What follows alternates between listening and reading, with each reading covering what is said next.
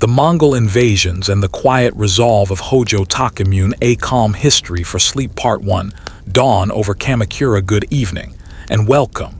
Tonight, there is nowhere you need to be and nothing you need to accomplish. You have stepped away from the busy rhythm of the modern world, leaving behind glowing screens, crowded streets, and the endless lists of tomorrow. Instead, you are invited to travel gently through time, to a place where the days are measured by the rising sun, the changing seasons, and the quiet sound of temple bells carried on the wind.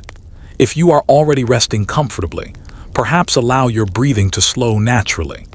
There is no hurry. Our journey will move at the same peaceful pace as the waves that wash against the shores of medieval Japan. Tonight's story begins more than 700 years ago, during the 13th century, long before trains crossed the islands, long before electricity illuminated the cities, and long before Japan became the nation we know today. At this moment in history, the islands are peaceful. Not perfectly peaceful, of course. Every age has its disagreements, its worries, and its uncertainties. But for ordinary people, life is built around simple routines that repeat with comforting familiarity. Morning follows night. Spring follows winter, the rice grows, the sea provides, children become adults, generations come and go beneath the same mountains. Imagine yourself standing upon a quiet hillside overlooking the city of Kamakura. The first light of dawn has only just appeared. The eastern horizon glows softly with pale shades of blue, silver, and gentle gold. Thin ribbons of mist rest between the distant hills, while tall cedar trees remain almost perfectly still in the cool morning air. Below, the city slowly awakens. Wooden houses line narrow roads. Their roofs are dark from years of rain and sea winds. Small gardens surround many homes, where vegetables grow beside carefully placed stones and simple wooden fences. Paper screens slide open one by one. A lantern is quietly extinguished. Someone sweeps a doorway with slow and practiced movements. From another house comes the pleasant aroma of freshly cooked rice. Nearby, a kettle begins to steam over a charcoal fire. Nothing happens quickly. No one rushes. The day unfolds gently. A rooster announces the morning. Soon afterward, birds hidden among the pine branches answer with cheerful songs. The sounds blend naturally with the distant rhythm of waves reaching the shoreline far below. The ocean is calm today. Its surface reflects the morning light like polished silver. Fishing boats remain tied beside wooden piers, gently rising and falling with the tide. Before long, fishermen will untie thick ropes, check woven nets, and quietly row toward familiar fishing grounds that their fathers and grandfathers once knew equally well. The sea has always provided for them. It asks only patience. As you continue your peaceful walk through Kamakura, the city slowly comes alive. Merchants carefully arrange their goods beneath simple wooden shelters. Bundles of fresh vegetables arrive from nearby villages. Clay pots stand neatly stacked outside a potter's workshop. Their surfaces reflect years of careful craftsmanship rather than hurried production. A carpenter begins smoothing a cedar beam with long, even strokes. Each movement seems almost meditative. Across the street, a blacksmith prepares his small forge. The first gentle strikes of his hammer echo softly through the cool air. They are not loud, not harsh. Instead, they become another small part of the morning's familiar music. Children emerge from their homes carrying small baskets. Some help gather firewood. Others fetch clean water from nearby wells. A few simply follow older brothers and sisters, curious about the world around them. Their laughter appears briefly before fading into the larger rhythm of daily life.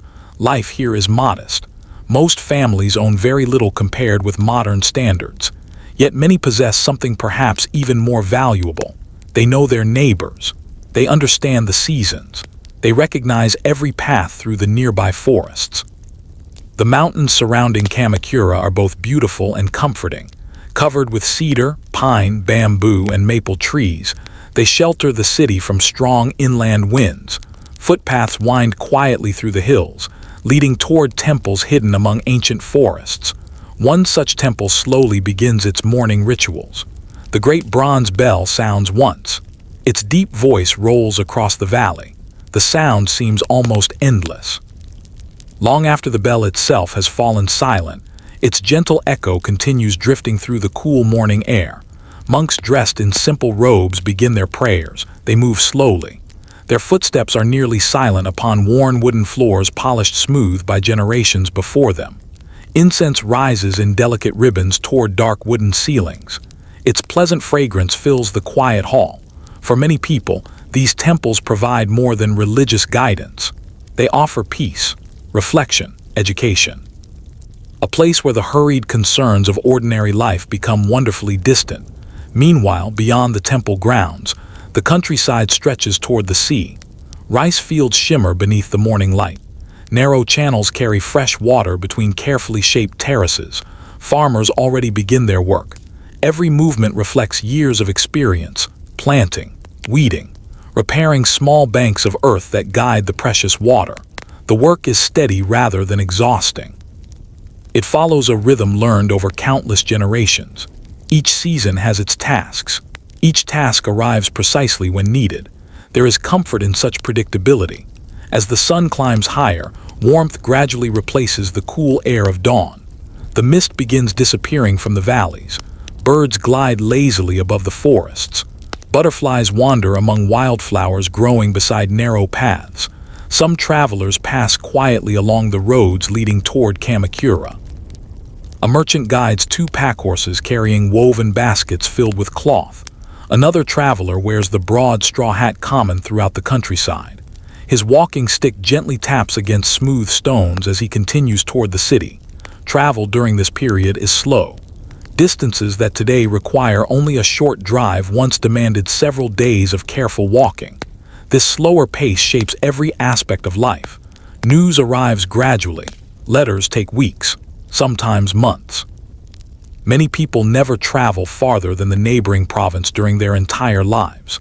The wider world exists mostly through stories shared by travelers resting beside evening fires. Some stories speak of magnificent Chinese cities filled with markets larger than entire Japanese towns. Others describe distant kingdoms beyond mountains no one here has ever seen. Still others whisper about horsemen from endless northern grasslands. Their empire, people say, grows larger every year.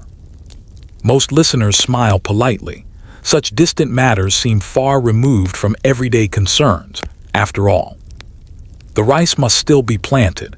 Fishing nets still require repair. Roofs must be maintained before the rainy season arrives. Life encourages attention toward nearby responsibilities rather than distant rumors. And yet, history often begins quietly, not with loud battles, not with sudden disasters, but with conversations, letters, decisions made in distant places by people who will never meet those whose lives they unknowingly change. Far across the sea, beyond the horizon no one in Kamakura can see, another morning is beginning. There, officials serve one of the greatest empires the world has ever known. Maps spread across polished tables. Messengers arrive carrying reports from lands separated by deserts, mountains, and rivers. Within that vast empire, countless different peoples now live beneath the authority of one ruler. His name is Kublai Khan, grandson of Genghis Khan. Unlike the wandering horsemen who first carried Mongol banners across Asia, Kublai rules from magnificent cities. He surrounds himself with scholars, engineers, administrators, and advisors from many cultures. He understands warfare, but he also understands government, roads, trade, agriculture, taxation, diplomacy. His empire stretches farther than nearly anyone living in Japan can truly imagine. Yet for now, those distant events remain invisible to the peaceful people working beneath Kamakura's clear morning sky. The fishermen continue rowing toward deeper water. The farmers continue tending their rice. Children continue laughing beneath cedar trees. Temple bells continue marking the passing hours. Nothing appears unusual. Nothing suggests that these quiet islands will soon stand before one of the greatest challenges in their history. The sea continues breathing slowly against the shore. The breeze carries the scent of salt and pine. Clouds drift lazily across the blue sky. And another peaceful day unfolds across medieval Japan, exactly as countless days have unfolded before it. For now, there is only calm, only quiet, only the gentle rhythm of ordinary life. And that is exactly where our long journey through history begins. The Mongol invasions and the quiet resolve of Hojo Tokimune, A Calm History for Sleep Part 2. The islands of quiet seasons. The peaceful morning slowly gives way to a gentle afternoon. The sun climbs a little higher above the hills surrounding Kamakura, warming the rooftops, the narrow streets, and the quiet fields that stretch toward the distant coastline. The shadows beneath the cedar trees become shorter. The air feels slightly warmer, yet the breeze arriving from the Pacific Ocean remains cool and refreshing. If you were standing here, you might notice how different this world feels from our own. There are no engines, no telephones, no bright lights, no clocks counting every passing second. Instead, time reveals itself through nature, the position of the sun, the changing colors of the sky, the sounds of birds returning to their nests, the evening chorus of insects hidden among the grasses. For the people of medieval Japan, these gentle rhythms shape every day of life. Perhaps that is one reason this period often feels so peaceful to imagine. Life moves more slowly, not because people are lazy, but because the world itself moves at a quieter pace. As you continue your walk through Kamakura, you leave the busy market streets behind and follow a narrow footpath toward the countryside. The path winds between bamboo groves where tall green stalks sway softly together whenever the wind passes through. Their leaves create a gentle whisper, a sound that has remained almost unchanged for centuries. Sunlight filters through the bamboo, creating moving patterns upon the earth below. Every few moments, another bird crosses the path before disappearing once again into the trees. Nearby, a clear stream flows gently over smooth stones. Its water is cold, fresh, and remarkably clean. Children laugh quietly as they fill wooden buckets. An elderly woman kneels beside the stream, carefully washing vegetables gathered from her garden. Nothing about these ordinary moments suggests that history is quietly approaching. For now, they are simply living another peaceful day. The surrounding countryside reflects generations of careful stewardship. Rice terraces cover the valleys like soft green blankets. Stone walls protect narrow paths from seasonal rains. Small bridges cross gentle streams, connecting one farming village to another. Almost every field has been shaped by human hands, not through machines, but through patience. Each spring brings planting. Each summer requires tending. Autumn rewards the year's hard work with harvest. Winter allows both the fields and the people to rest. These repeating cycles create a comforting sense of stability. Many families have followed exactly the same routines for generations. Grandparents teach parents, parents teach children. Knowledge passes quietly from one season to the next. The islands themselves offer remarkable beauty. Japan stretches across thousands of islands, though most people live upon the four largest. Mountains cover much of the landscape. Dense forests provide timber for homes, temples, bridges, and ships. Fast-moving rivers carry fresh water from snowy peaks toward fertile valleys. The surrounding seas provide fish, seaweed, shellfish, and safe coastal routes for trade. Nature gives generously, but it also demands respect. Earthquakes occasionally remind people that the land beneath their feet is never entirely still. Powerful storms arrive during certain seasons. Heavy rains can transform peaceful rivers into rushing torrents. Because of this, the people of Japan learn to live alongside nature rather than attempting to control it completely. Perhaps nowhere is this respect more visible than within the country's temples and shrines. As afternoon slowly fades toward evening, you arrive at another quiet temple hidden among towering cedar trees. Stone lanterns line the entrance path. Moss grows gently across their weathered surfaces. The temple itself is beautifully simple. Dark wooden beams support gracefully curved roofs. Paper windows soften the afternoon light entering the halls. Inside, several monks quietly copy sacred Buddhist texts by hand. Each careful brushstroke requires complete concentration. Writing is not hurried. It is practiced almost like meditation. Elsewhere, another monk carefully tends a small garden. He removes fallen leaves, places smooth stones beside white gravel, straightens a young pine tree growing near the entrance. None of these tasks appear important by themselves, yet together they create harmony. This quiet attention to small details reflects a larger philosophy found throughout Japanese life. Peace often begins with ordinary actions performed thoughtfully. Beyond the temple grounds, samurai continue their daily training. Popular imagination often pictures samurai only during battles. In reality, most days contain no fighting at all. Training occupies far more time than war. Young warriors practice horseback riding across open fields. Others refine their skill with the yumi, the elegant Japanese longbow. Some practice sword techniques beneath experienced instructors. The exercises appear controlled rather than violent. Balance, breathing, patience, discipline. These qualities matter as much as physical strength.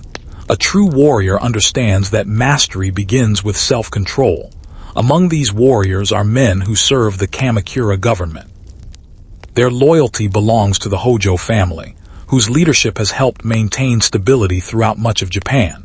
At the center of that government is Hojo Tokimune, still remarkably young. He carries responsibilities that would challenge leaders twice his age. Each day, reports arrive from different provinces. Local disputes require careful judgment. Taxes must be collected fairly. Roads and defenses require maintenance. Religious communities occasionally seek assistance. Trade continues between Japan, Korea, and China, despite the great distances involved. Government, much like farming, depends upon countless small decisions rather than dramatic moments. Tokimune spends much of his time listening. Advisors speak carefully. Military commanders offer practical concerns. Officials present reports copied neatly onto long scrolls. Every decision affects thousands of people living across the islands. Leadership often appears quieter than stories later suggest. Meanwhile, beyond Japan's shores, another remarkable civilization continues flourishing. China during the 13th century remains one of the world's great centers of learning, craftsmanship, and commerce. Its cities astonish foreign visitors. Wide streets, busy markets, beautiful gardens, sophisticated canals, libraries containing thousands of carefully preserved books. Engineers construct impressive bridges. Artisans create delicate porcelain admired throughout Asia. Scholars devote years to studying history, philosophy, astronomy, and literature. The Mongol rulers, despite arriving as conquerors, gradually recognized the value of governing such an advanced civilization. Kublai Khan surrounds himself not only with generals, but with administrators, engineers, mathematicians, physicians, and scholars from many different cultures. His empire becomes remarkably diverse. Travelers encounter merchants from Persia, diplomats from Korea, craftsmen from Central Asia, religious leaders representing Buddhism, Islam, Christianity, and traditional beliefs. Dias travel alongside goods. Paper money circulates. Postal stations connect distant provinces. Roads improve communication across enormous distances. To people living inside the Mongol Empire, it may seem as though the world itself is becoming increasingly connected. Yet Japan remains separated by the sea. Its islands provide both opportunity and protection. For centuries, that stretch of water has acted as a natural barrier. Dias cross it, trade crosses it. Occasionally conflicts cross it as well. But the sea always demands careful planning.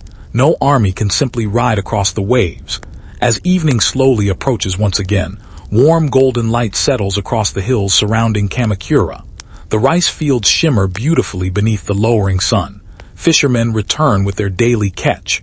Smoke rises gently from village kitchens. Families gather together. Simple meals are shared. Conversations remain quiet. Children gradually become sleepy after a long day spent outdoors. The first stars appear high above the eastern sky. Looking upward, no one can see the decisions quietly unfolding beyond the horizon. No one yet knows that diplomatic letters are already being prepared. No one realizes that those letters will eventually reach Japan and begin one of the most important chapters in its history. Tonight, there is only peace, the steady rhythm of waves, the gentle whisper of bamboo leaves, the deep voice of distant temple bells, and above them all, a sky filled with quiet stars, shining equally upon every kingdom, every traveler, and every shore beneath the calm night of the 13th century. the Mongol invasions, and the quiet resolve of Hojo Tokimune. A calm history for sleep. Part 3, a world connected by the sea. The morning arrives almost unnoticed. The darkness slowly softens into shades of deep blue. One bright star lingers for a little while above the eastern horizon, before quietly disappearing into the growing light. The sea is calm once again. Its gentle waves continue their endless conversation with the shore, just as they did yesterday, and the day before that, and countless generations before. If you listen carefully, there is something wonderfully reassuring about that rhythm. The ocean never seems to hurry. Each wave arrives in its own time. Each retreat makes room for the next. Perhaps that is one reason stories set beside the sea often feel so peaceful. You find yourself once again walking through the quiet streets of Kamakura. The city is becoming familiar now. The wooden houses, the narrow paths, the temples tucked among cedar forests, the fishermen preparing their boats before sunrise. Everything feels comfortably predictable. That predictability is one of life's greatest comforts. For the people who live here, every season has its own gentle rhythm. Spring is filled with new leaves and fresh rice seedlings. Summer brings warm sunlight, singing insects and evenings cooled by sea breezes. Autumn arrives with golden fields waiting for harvest. The forests become painted in gentle shades of crimson, amber, and soft brown. Winter slows everything. Snow settles quietly upon temple roofs. Mountain paths become peaceful and still. Families gather indoors around warm charcoal braziers, while stories are shared from one generation to the next. These seasonal rhythms shape every decision people make. A farmer watches the clouds as carefully as any official studies government records. A fisherman learns to understand changing tides better than written maps. A carpenter chooses wood according to the time of year it was cut. Nothing happens without patience. Patience has become one of Japan's quiet strengths. As you continue walking, you notice craftsmen already beginning another day's work.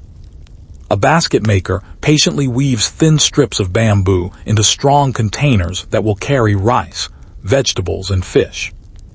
Nearby, a woman spins thread from carefully prepared fibers.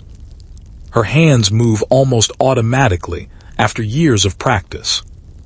Not far away, an elderly potter slowly shapes wet clay upon a simple wheel.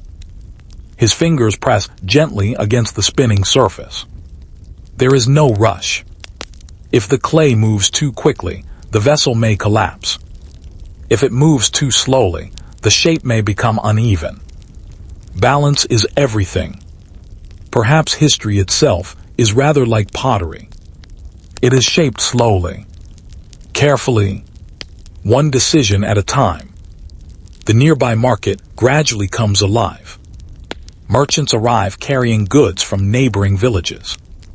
Fresh vegetables, bundles of firewood, salt harvested from the sea, simple cloth woven by local families, wooden tools made by skilled carpenters. Small exchanges take place throughout the morning.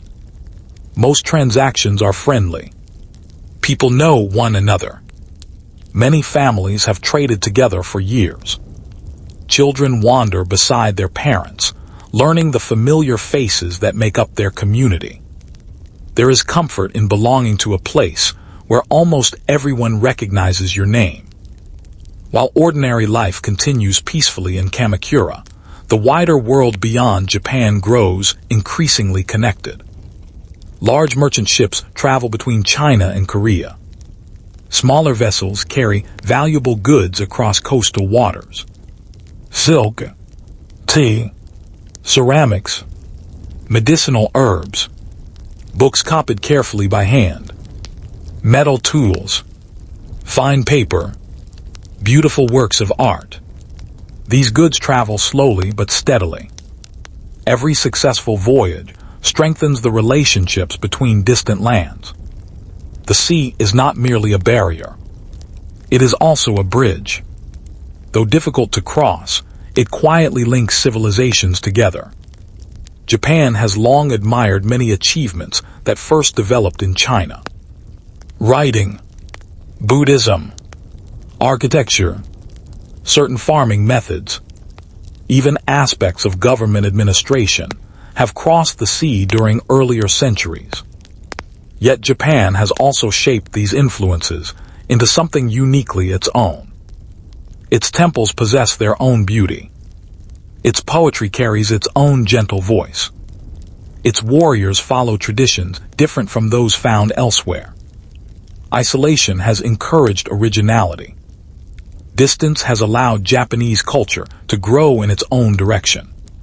Far away, on the mainland of Asia, another remarkable transformation is taking place. The Mongol Empire, once centered upon horseback warriors crossing endless grasslands, now governs enormous cities. Kublai Khan spends much of his attention not only upon conquest, but also upon administration. Managing such a vast empire requires organization. Officials record taxes. Engineers improve canals. Messengers ride between distant provinces. Scholars advise the imperial court. Astronomers study the stars. Doctors share medical knowledge gathered from many cultures. Merchants travel safely across roads protected by imperial authority. This period becomes one of remarkable exchange between East and West. Ideas travel alongside merchants. Papermaking techniques spread farther. Maps become more accurate. Scientific knowledge moves between civilizations that had rarely communicated before. Many historians later describe this era as one of the world's great periods of cultural connection. Yet even powerful empires continue seeking stability along their borders. Neighboring kingdoms are often invited to acknowledge Mongol authority through diplomacy rather than warfare. Many accept. Some hesitate. Others refuse. Within the imperial court, Japan remains an interesting question. The islands lie beyond the sea. Close enough to reach. Far enough to remain independent. For years, Japan has not recognized Mongol supremacy. From the perspective of Kamakura, this independence simply reflects long-standing tradition. From the perspective of Kublai Khan's advisors, however, it appears unusual. Throughout history, perspective often shapes politics more than distance itself. The people living ordinary lives rarely think in such grand terms.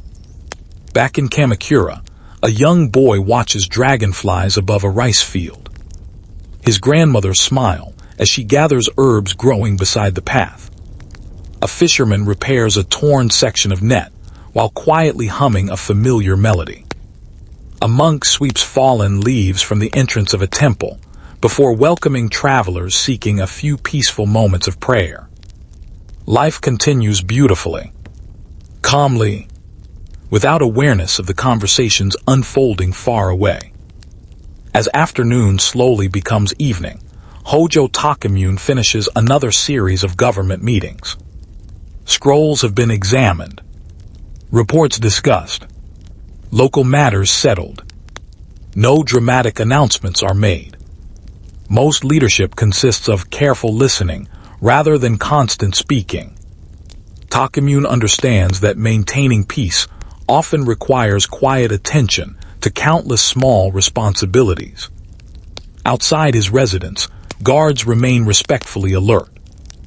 Inside, candles begin replacing the fading daylight. The gentle glow reflects upon polished wooden floors. Some officials continue reading reports by lamplight. Others prepare tomorrow's documents. Government, like farming, never truly ends. It simply pauses each evening before beginning again with the sunrise. Across the city, families gather for another evening meal. Bowls of warm rice. Grilled fish caught that morning. Seasonal vegetables. Simple soups flavored with miso. Meals are modest but nourishing. Conversation flows naturally. Children speak about their day. Parents discuss tomorrow's work. Grandparents quietly share stories remembered from earlier years. Above every home stretches the same peaceful night sky. Countless stars appear one by one. The moon rises slowly above the eastern hills. Its pale light reflects across the quiet waters of Sagami Bay. Looking toward that shimmering horizon, nothing appears unusual. No ships. No storms. No sign of uncertainty. Only endless water stretching toward lands that seem impossibly distant. And yet, somewhere beyond that calm horizon, skilled scribes are carefully writing words that will soon begin a remarkable chapter in Japanese history. Those letters have not yet arrived. The sea still guards its quiet secret. For tonight, Japan rests peacefully beneath the stars, unaware that the first distant footsteps of history are already moving gently across the water. The Mongol invasions and the quiet resolve of Hojo Tokimune. A calm history for sleep. Part 4: The Court of the Great Khan. Another gentle morning arrives over Kamakura. The first rays of sunlight touch the rooftops before slowly spreading across the surrounding hills. The sea is unusually still today. Only the smallest ripples disturb its smooth surface. Fishing boats drift quietly away from the harbor, their sails catching the soft breeze that blows from the east. A pair of seabirds circles above the water before gliding effortlessly toward the distant shoreline. Everything feels peaceful. The rhythm of the islands remains unchanged. Temple bells welcome another day. Smoke rises from kitchen fires. Children begin their morning chores. Farmers walk patiently toward the rice fields. Life continues exactly as it has for generations. Yet while Japan greets another calm sunrise, thousands of miles away another morning is beginning within one of the greatest capitals of the medieval world. Imagine yourself traveling far beyond the Sea of Japan, past the Korean peninsula, across the broad plains of northern China, until at last you arrive at the magnificent capital of the Yuan dynasty. The city is unlike anything most people living in Japan could imagine. Its streets are wide. Its walls stretch for remarkable distances. Markets overflow with goods arriving from every corner of Asia. Merchants speak many different languages. Some wear robes of Chinese silk. Others wear wool from Central Asia. Still others have traveled from Persia, India, or lands even farther west. The city is alive with movement. But despite its size, there is also order. Officials carefully record taxes. Engineers supervise canals that carry fresh water through the city. Messengers ride swiftly between government offices, carrying reports from provinces separated by mountains, rivers, deserts, and forests. This is the world governed by Kublai Khan. Although history often remembers him as a conqueror, his daily life involves far more than military campaigns. Much of his time is spent reading reports, meeting advisors, discussing harvests, overseeing trade, and considering the countless responsibilities that come with governing millions of people. Empires are not maintained by armies alone. They depend upon roads, food, communication, law, and careful administration. Kublai understands this well. Unlike his grandfather, Genghis Khan, whose life was shaped by constant movement across the Mongolian steppe, Kublai spends much of his time within carefully planned cities. He appreciates architecture, gardens, libraries, astronomy, engineering. He welcomes scholars from many cultures into his court. Chinese officials offer advice based upon centuries of administrative experience. Persian astronomers study the stars. Buddhist monks discuss philosophy. Muslim merchants describe distant trade routes. European travelers, though still rare, occasionally find themselves astonished by the wealth and organization of the Mongol Empire. The imperial court reflects an extraordinary mixture of cultures. Every day, people from different backgrounds gather beneath the same roof. Some arrive wearing elaborate ceremonial robes. Others carry maps. Some bring mathematical calculations. Others deliver carefully copied historical records. Many hope their knowledge will prove useful to the great Khan. Kublai listens. He asks questions. He compares opinions. Good rulers understand that wisdom often comes from many different voices. Outside the palace walls, ordinary life continues much as it does everywhere else. Children play in narrow streets. Families prepare meals. Craftsmen shape wood, bronze, silk, and porcelain with remarkable skill. Teachers instruct young students. Doctors prepare herbal medicines. Although the empire is vast, daily life still revolves around familiar routines. History often remembers kings and battles. Yet most people simply wake each morning, care for their families, complete their work, and rest beneath the evening sky. That has always been true. One quiet afternoon, members of the imperial court gather to discuss neighboring kingdoms. Large maps are carefully unrolled across polished wooden tables. Each region is considered thoughtfully. Some kingdoms already recognize Mongol authority. Others continue peaceful trade. Still others remain beyond direct influence. Among these distant lands lies Japan. The islands appear small upon the map, separated from the mainland by the sea. Not wealthy enough to transform the empire. Not dangerous enough to demand immediate action. Yet important enough to deserve attention. Several advisors explain that Japan has maintained diplomatic distance. It has not formally recognized the authority of the great Khan. From one point of view, this is simply the continuation of long-standing Japanese independence. From another, it appears as an unanswered invitation. Different advisors express different opinions. Some recommend patience. Others encourage diplomacy. A few quietly suggest that a respectful letter may accomplish more than soldiers ever could. Kublai Khan has often preferred diplomacy before war. Throughout history, rulers have frequently sent ambassadors before sending armies. A peaceful agreement always costs less than a military campaign. Trade creates prosperity. War consumes it. Eventually, a decision begins taking shape. A diplomatic mission will travel across the sea.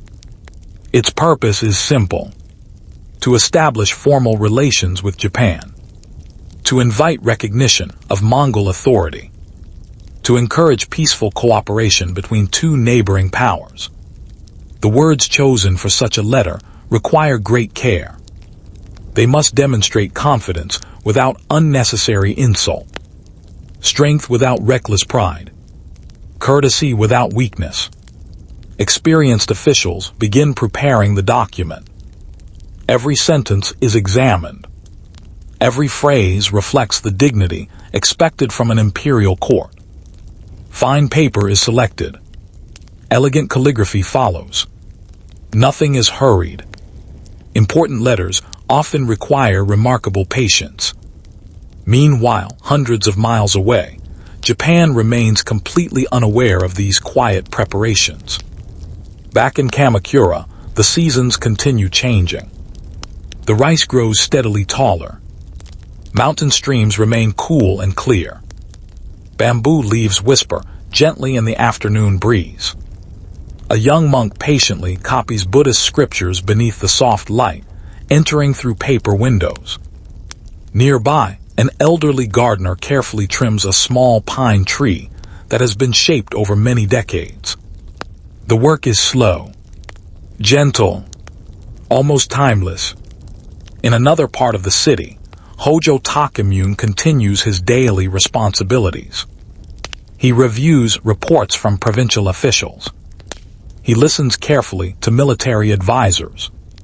He considers matters involving taxes, roads, temples, and local disputes. There is no sense of urgency. No warning bells. No messenger rushing through the streets. Only the ordinary work of governing.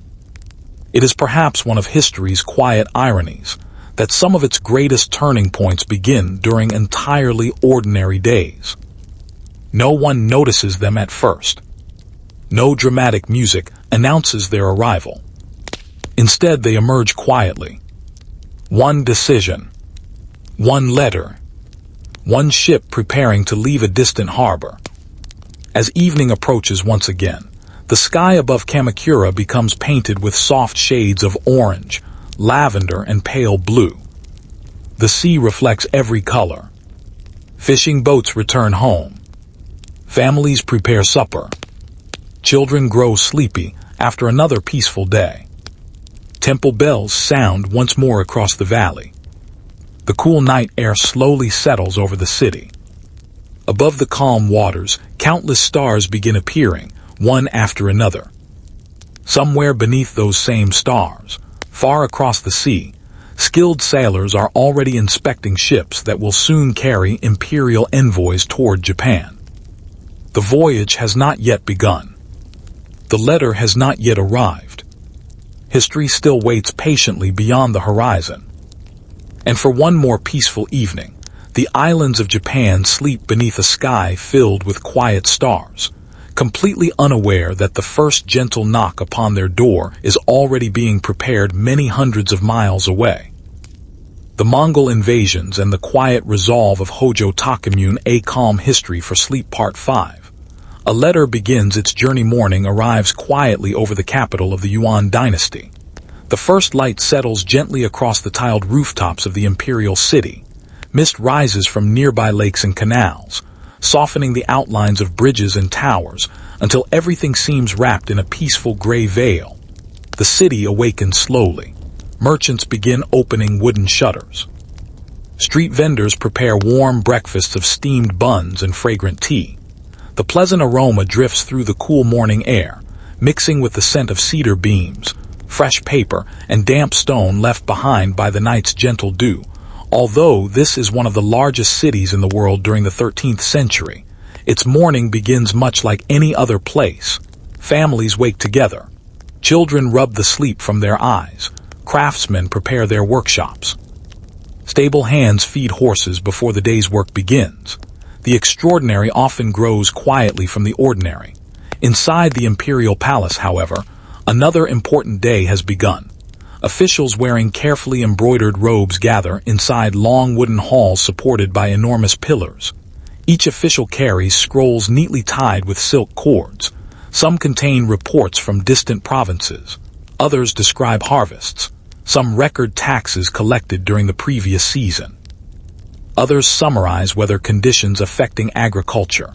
Government during the medieval world is filled with paperwork. Even without modern technology, rulers depend upon information arriving from every corner of their lands. Messengers travel for weeks carrying these reports. Fresh horses wait at official stations along important roads. The Mongol postal network is one of the greatest communication systems of its age. It allows news to travel remarkably quickly across astonishing distances. Today, however, attention turns towards something different. Upon a polished wooden table rests a carefully written diplomatic letter. Its paper is smooth, its calligraphy elegant, its language respectful. Every sentence has been chosen with remarkable care. The message explains that the great Khan wishes to establish peaceful relations with Japan. It encourages friendship, mutual respect, regular diplomacy. Yet beneath its courteous tone lies another meaning. The Yuan court expects neighboring kingdoms to recognize the authority of the Mongol Empire. Many already have. From the perspective of Kublai Khan, this request appears entirely reasonable. From the perspective of Japan, however, matters are rather different. Across the sea, the islands have long governed themselves. Their emperor remains in Kyoto. Their military government rules from Kamakura. Foreign rulers hold little influence over Japanese political life. These different perspectives have not yet collided, but they soon will. Once the letter is carefully reviewed one final time, the imperial seal is prepared. A seal carries great importance. It confirms authenticity. It represents authority. Without it, even the finest document possesses little official value. When the seal is finally pressed upon the paper, the letter becomes more than words. It becomes the formal voice of the great Khan himself. Experienced envoys are selected for the journey. Diplomatic missions require patience rather than military skill. An ambassador must understand etiquette, languages, customs, ceremonies. Even small misunderstandings can change the outcome of important negotiations. The men chosen for this voyage understand the responsibility resting upon their shoulders. They know the sea can be unpredictable. Storms may delay their progress. Strong winds may force unexpected stops along unfamiliar coastlines. Yet such risks accompany every important voyage across the waters separating East Asia. Outside the palace, preparations quietly continue. Supplies are loaded onto sturdy ships. Fresh water is stored in wooden barrels. Rice, dried fish, tea, preserved vegetables, and other provisions are carefully packed. Sailcloth is inspected. Ropes are replaced where necessary. Every experienced sailor understands that careful preparation often determines the success of a voyage long before the ship ever leaves the harbor. The harbor itself is alive with gentle activity. Large merchant vessels stand beside smaller fishing boats. Workers carry bundles across wooden docks. Carpenters inspect hulls for damage. Sailors study the changing wind. Some glance toward the open sea stretching endlessly toward the east. Beyond that horizon lies Korea, farther still, Japan. To many of these sailors, Japan remains a distant and somewhat mysterious land. Stories describe beautiful mountains, ancient temples, disciplined warriors, fine swords, excellent craftsmen. The islands have earned quiet respect throughout the region. Though relatively small compared with China, they possess a strong sense of independence. That independence has remained undisturbed for centuries. The diplomatic mission hopes friendship will preserve peace between both worlds. Meanwhile in Kamakura, another peaceful day unfolds almost exactly like the one before it. Temple bells greet the morning. Monks sweep stone pathways before welcoming visitors. The fragrance of incense drifts gently through quiet halls. In nearby villages, farmers continue working among the rice fields. Their reflections shimmer softly in the standing water surrounding young green plants. The work requires patience. Every movement is careful. Every season depends upon countless small efforts completed day after day. Children chase dragonflies near irrigation channels. Their laughter rises briefly before disappearing into the gentle summer breeze. A fisherman repairs a woven net beneath the shade of a pine tree. An elderly woman carefully hangs freshly washed cloth where sunlight can dry it before evening. Nothing appears unusual. No one speaks about distant emperors. No one imagines official letters crossing the sea. Life remains comfortably focused upon nearby concerns. The weather, the harvest, family, neighbors, simple things. Sometimes history approaches so quietly that ordinary people continue smiling beneath perfectly peaceful skies. Inside the government offices of Kamakura, Hojo Tokimune continues another day of administration. Scroll after scroll is presented before him. A dispute over farmland, maintenance of a mountain road, reports from provincial officials, supplies for local garrisons. Routine responsibilities fill the hours. Leadership often appears remarkably ordinary from the inside. Great decisions rarely arrive every day. Most days require patience, careful listening, steady judgment. As afternoon slowly fades toward evening, soft golden light settles across the city. The sea reflects the colors of the setting sun like polished bronze. Fishing boats gradually return home carrying the day's catch. Smoke rises from village kitchens. Families gather once again around simple evening meals, rice, fresh fish, seasonal vegetables, warm soup. Conversations remain gentle. Children grow quieter as darkness slowly approaches. One by one, lanterns begin glowing behind paper windows. The city becomes peaceful once again. Far beyond the eastern horizon, however, sails slowly begin rising above the harbor of the Yuan Empire. The diplomatic mission is finally ready. The ships wait patiently for favorable winds. Their destination is still many days away. Their cargo seems surprisingly light. No treasure. No army. Only a carefully written letter. Yet history often reminds us that words carried across the sea can sometimes shape the future as profoundly as thousands of soldiers. The waves continue their endless rhythm beneath the ships. The same waves eventually touch the shores of Japan, quietly, patiently, connecting two worlds that are about to meet in a way neither can fully imagine. For tonight, however, the sea remains calm. The stars slowly appear overhead. The wind grows gentle.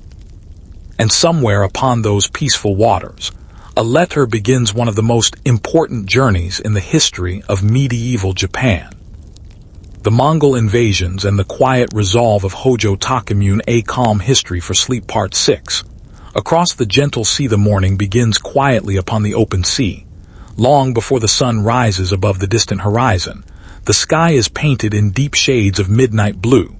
The stars still shine overhead, reflected softly upon the calm water below. For a few peaceful moments, it becomes difficult to tell where the sea ends and where the sky begins.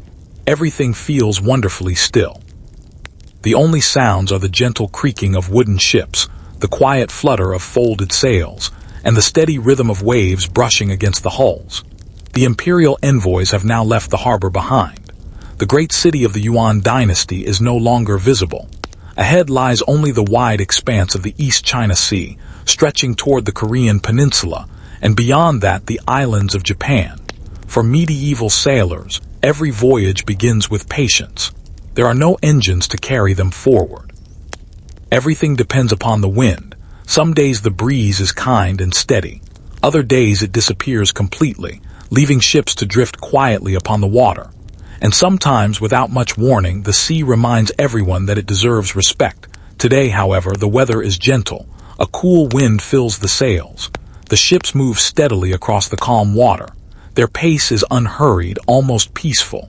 The sailors have made this journey before. They understand the changing currents. They know how the stars guide them during clear nights. They watch the clouds carefully, searching for small changes that might announce shifting weather.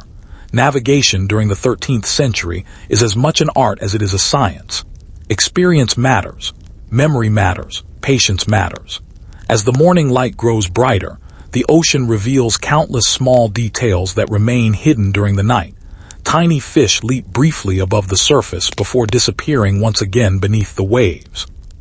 Seabirds circle gracefully overhead, occasionally diving toward the water in search of breakfast. Far away, the outline of another merchant ship appears for only a few moments before fading into the morning haze. Life upon these waters follows its own quiet rhythm. The crew begins their daily routine. Some inspect the ropes. Others examine the wooden mast for signs of wear. A cook prepares a simple meal of rice and preserved vegetables. Fresh drinking water is carefully measured. Nothing is wasted. Every barrel matters.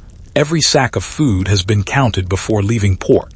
A long sea voyage rewards careful planning. Among the travelers are the imperial envoys carrying the carefully written letter from Kublai Khan. The scroll is protected inside a wooden case wrapped in cloth. It occupies very little space. Yet everyone aboard understands its importance. No one speaks loudly about it. There is no need. The purpose of the journey is already clear. The envoys spend much of their time quietly observing the sea or speaking softly among themselves. Diplomats must often wait. Waiting becomes part of their profession. Waiting for favorable weather. Waiting for audiences. Waiting for rulers to consider their words. Patience, once again, becomes one of the most valuable skills. As the sun climbs higher, its warm light spreads across the endless water. The sea changes color throughout the day. Early in the morning it appears silver. By midday it becomes a brilliant blue. Toward evening it reflects soft shades of gold and copper beneath the lowering sun. Anyone watching carefully soon realizes that the ocean is never truly the same from one hour to the next. Its beauty lies in constant, gentle change. Many sailors quietly believe the sea possesses its own spirit. Whether or not they speak openly of such beliefs, nearly everyone aboard treats the ocean with respect. Storms have humbled even the greatest fleets throughout history. Calm seas encourage gratitude. Meanwhile, far to the east, Japan continues enjoying another peaceful day. The distance separating both worlds remains vast. No one standing upon the beaches of Kamakura can yet see the approaching ships. The horizon remains empty. Only waves roll gently toward the shore. Fishermen launch their boats before sunrise, exactly as they have done for generations. They know nothing about the diplomatic mission steadily crossing the sea. Their thoughts remain focused upon familiar fishing grounds, the changing tides, the weather. The hope of returning home with enough fish to provide for their families. Along the coastline, children search among the rocks for shells left behind by the retreating tide. Some collect smooth stones polished by countless years beneath the waves. Others simply enjoy watching tiny crabs disappear beneath wet sand. Life unfolds with remarkable simplicity. The sea provides food. The land provides rice. The forests provide timber. The mountains provide fresh water. These natural gifts shape everyday existence. In the hills above Kamakura, temple life continues according to traditions followed for centuries. Monks rise before dawn. Morning prayers echo softly through wooden halls. Incense fills the quiet air. Some monks spend hours copying sacred texts with remarkable care. Each brushstroke reflects patience and concentration.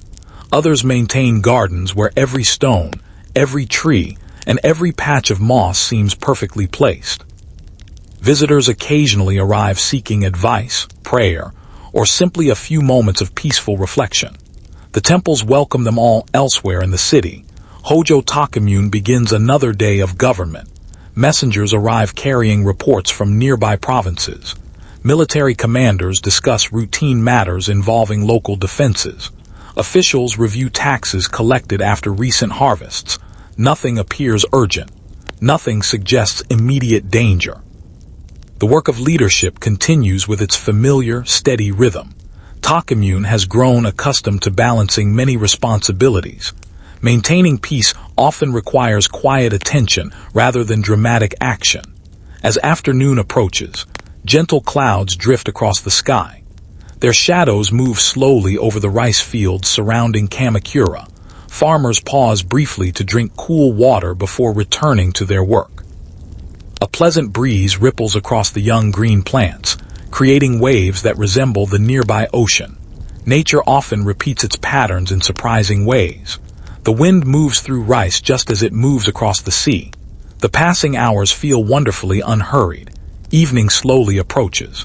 The sun begins its gradual descent toward the western mountains. Warm golden light settles across rooftops, forests, and quiet streams. Birdsong grows softer. The day's work comes gently to an end. Families gather once more around simple evening meals. Stories are shared. Children grow sleepy. Lanterns begin glowing behind paper screens. Above them all, the first stars quietly appear. Far beyond that peaceful horizon, the imperial ships continue their slow voyage eastward. Night falls gently upon the sea. The sailors adjust the sails beneath the moonlight. The envoys rest quietly, knowing tomorrow will bring another day upon the water. The letter remains safely protected.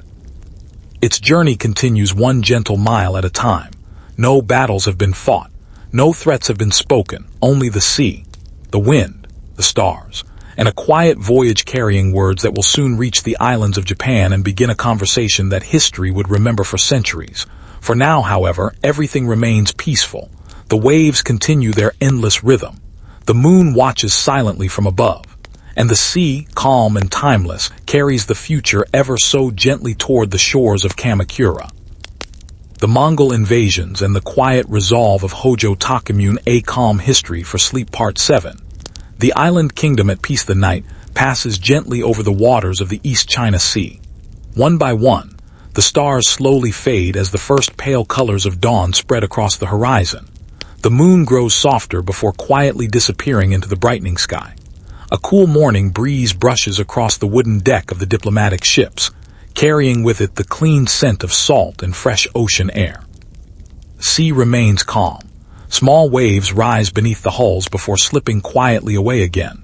The rhythm is slow, comforting, almost hypnotic. The sailors have begun to recognize this rhythm so well that it becomes part of their daily lives. Each gentle movement of the ship feels familiar. No one rushes. There is little reason to hurry. The wind decides the pace of every voyage. As sunlight reaches the sails, the crew begins another peaceful morning. Some sailors carefully coil long ropes that became damp during the night. Others examine the wooden planks of the deck, making certain everything remains secure. A young sailor fills small wooden cups with fresh water from carefully protected barrels. Nearby, another crew member quietly prepares breakfast over a small cooking fire that has been safely enclosed against the morning breeze. Simple meals taste especially satisfying at sea: warm rice, dried fish, a little tea, nothing elaborate, yet enough to provide comfort for another day of travel. The imperial envoys spend much of the morning reading or quietly discussing the customs of Japan. Although many officials at the Yuan court possess some knowledge of the islands, few have actually visited them. Maps describe coastlines, merchants describe markets, travelers describe temples and mountains, but no description is ever quite the same as standing upon unfamiliar soil. The diplomats understand that respect begins with learning. A successful mission depends not only upon the words written inside the imperial letter, but also upon the courtesy shown during every conversation. Far to the east, beyond the wide horizon, Japan continues its ordinary life beneath another beautiful sunrise. The islands awaken slowly. Morning mist settles between the mountains before gradually lifting into the warming air. The forests seem almost endless. Towering cedar trees stand quietly beside ancient paths that have been traveled for generations. Tiny birds move through the branches, filling the cool air with gentle songs. In the valleys below, thin streams sparkle beneath the early sunlight. Their clear water eventually joins larger rivers before flowing peacefully toward the sea. Every river seems to know exactly where it belongs. The people living nearby understand these rivers well. They know where fish gather during different seasons. They know which crossings remain safe after heavy rains. Children learn these places almost as naturally as they learn the names of their own relatives. Nature is not simply scenery. It is part of daily life. As you continue your quiet journey through Kamakura, you notice that nearly every home has already begun its morning routine. A mother carefully prepares bowls of steamed rice, while her children arrange simple wooden dishes upon a low table. An elderly grandfather sits near the doorway, enjoying the fresh morning air while quietly watching the neighborhood awaken. Across the narrow road, a carpenter lifts the wooden shutters of his workshop before examining several unfinished beams that will eventually become part of a new home. Everything happens without unnecessary noise. People greet one another with gentle smiles. Neighbors exchange a few friendly words before continuing their work. The pace of life encourages patience. No one expects everything to happen immediately. Perhaps that slower rhythm is one reason medieval Japan often feels so peaceful to imagine. Time itself seems to move differently. The market slowly begins filling with familiar faces. Fresh vegetables arrive from nearby villages. Bundles of bamboo rest beside handmade baskets. Clay jars filled with soy sauce stand carefully arranged beneath shaded stalls. Fish caught before sunrise glisten in woven baskets lined with damp cloth. Merchants know many of their customers personally. Buying and selling become opportunities for conversation as much as commerce. Nearby, children pause beside a storyteller who has gathered a small audience beneath the shade of a broad tree. His voice rises softly as he shares an old tale about wise monks, brave travelers, and mysterious mountain spirits. The listeners smile quietly. Stories have always been among humanity's oldest treasures. They preserve memory. They teach lessons. They bring comfort during long evenings. In many ways, history itself is simply another story, carefully remembered across generations. A short distance away, young samurai continue their daily practice. Contrary to the dramatic battles often shown in modern films, much of a warrior's life is devoted to discipline rather than combat. One instructor patiently demonstrates the proper way to draw a bow. His students repeat the movement again and again. not quickly, not forcefully, but with careful attention, balance, breathing, precision. Another group practices riding horses across an open field. The horses move gracefully beneath experienced riders who guide them with quiet confidence rather than sudden commands. A true warrior values calm judgment above reckless courage. These lessons will eventually shape many important decisions in Japanese history.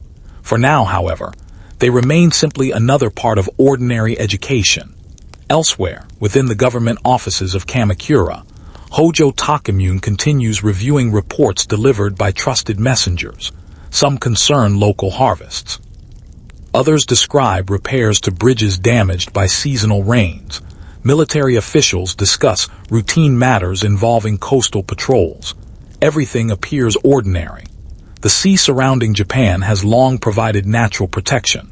Although occasional pirates and regional disputes have occurred throughout history, few imagine that one of the world's largest empires has begun paying closer attention to these islands.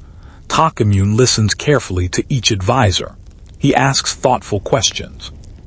He rarely speaks more than necessary. Leadership often requires patience before action. Outside the government buildings, monks walk slowly toward nearby temples. The sound of wooden sandals upon stone paths blends gently with birdsong drifting through the surrounding forests. A soft breeze carries the fragrance of pine needles warmed by the morning sun. The world feels wonderfully peaceful. As afternoon slowly approaches, clouds drift lazily across a brilliant blue sky. Farmers pause beneath small trees to enjoy a simple midday meal, rice wrapped in leaves, pickled vegetables, fresh water carried from nearby streams. They speak quietly about the weather, the growing crops and preparations for the coming harvest. Their concerns remain close to home. The great affairs of distant emperors feel unimaginably far away. And yet, beyond the eastern horizon, the diplomatic ships continue their slow and steady progress. Each gentle breeze carries them a little closer. The distance grows smaller with every passing day. Still, no one aboard feels hurried. The sea teaches patience better than any teacher. The waves cannot be commanded, only respected. As evening arrives once more, Kamakura glows beneath the warm colors of another peaceful sunset. The mountains become deep shades of blue. The forests grow quiet. Lanterns appear one by one inside wooden homes. Families gather together once again. Simple meals are shared. Stories are told. Children gradually become sleepy as the voices of adults soften into quiet conversation.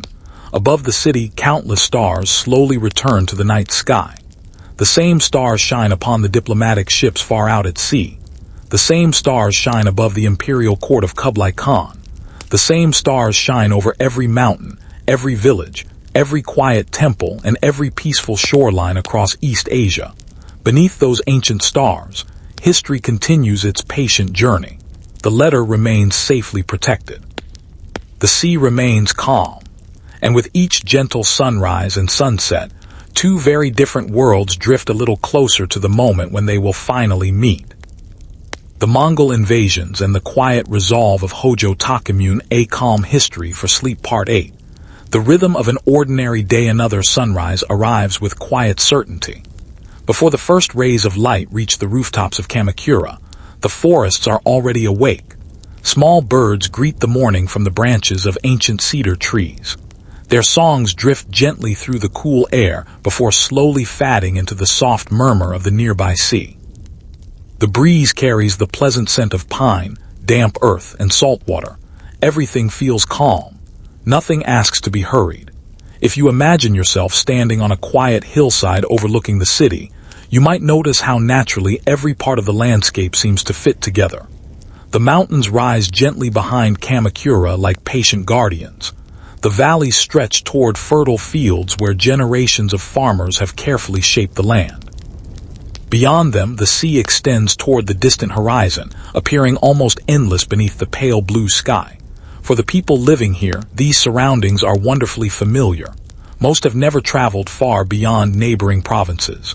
Their world is measured not by maps but by footsteps, the path to the temple, the road to the market, the trail leading through the cedar forest, the stream where fresh water is gathered. These places form the geography of everyday life. As the city awakens, wooden doors slide open one after another. Soft sounds begin to fill the streets. A broom gently brushes fallen leaves from a doorway. A bucket is lowered into a well. The quiet laughter of children echoes briefly between neighboring homes before disappearing into the morning breeze. Smoke rises from cooking fires. Breakfast is simple, warm rice.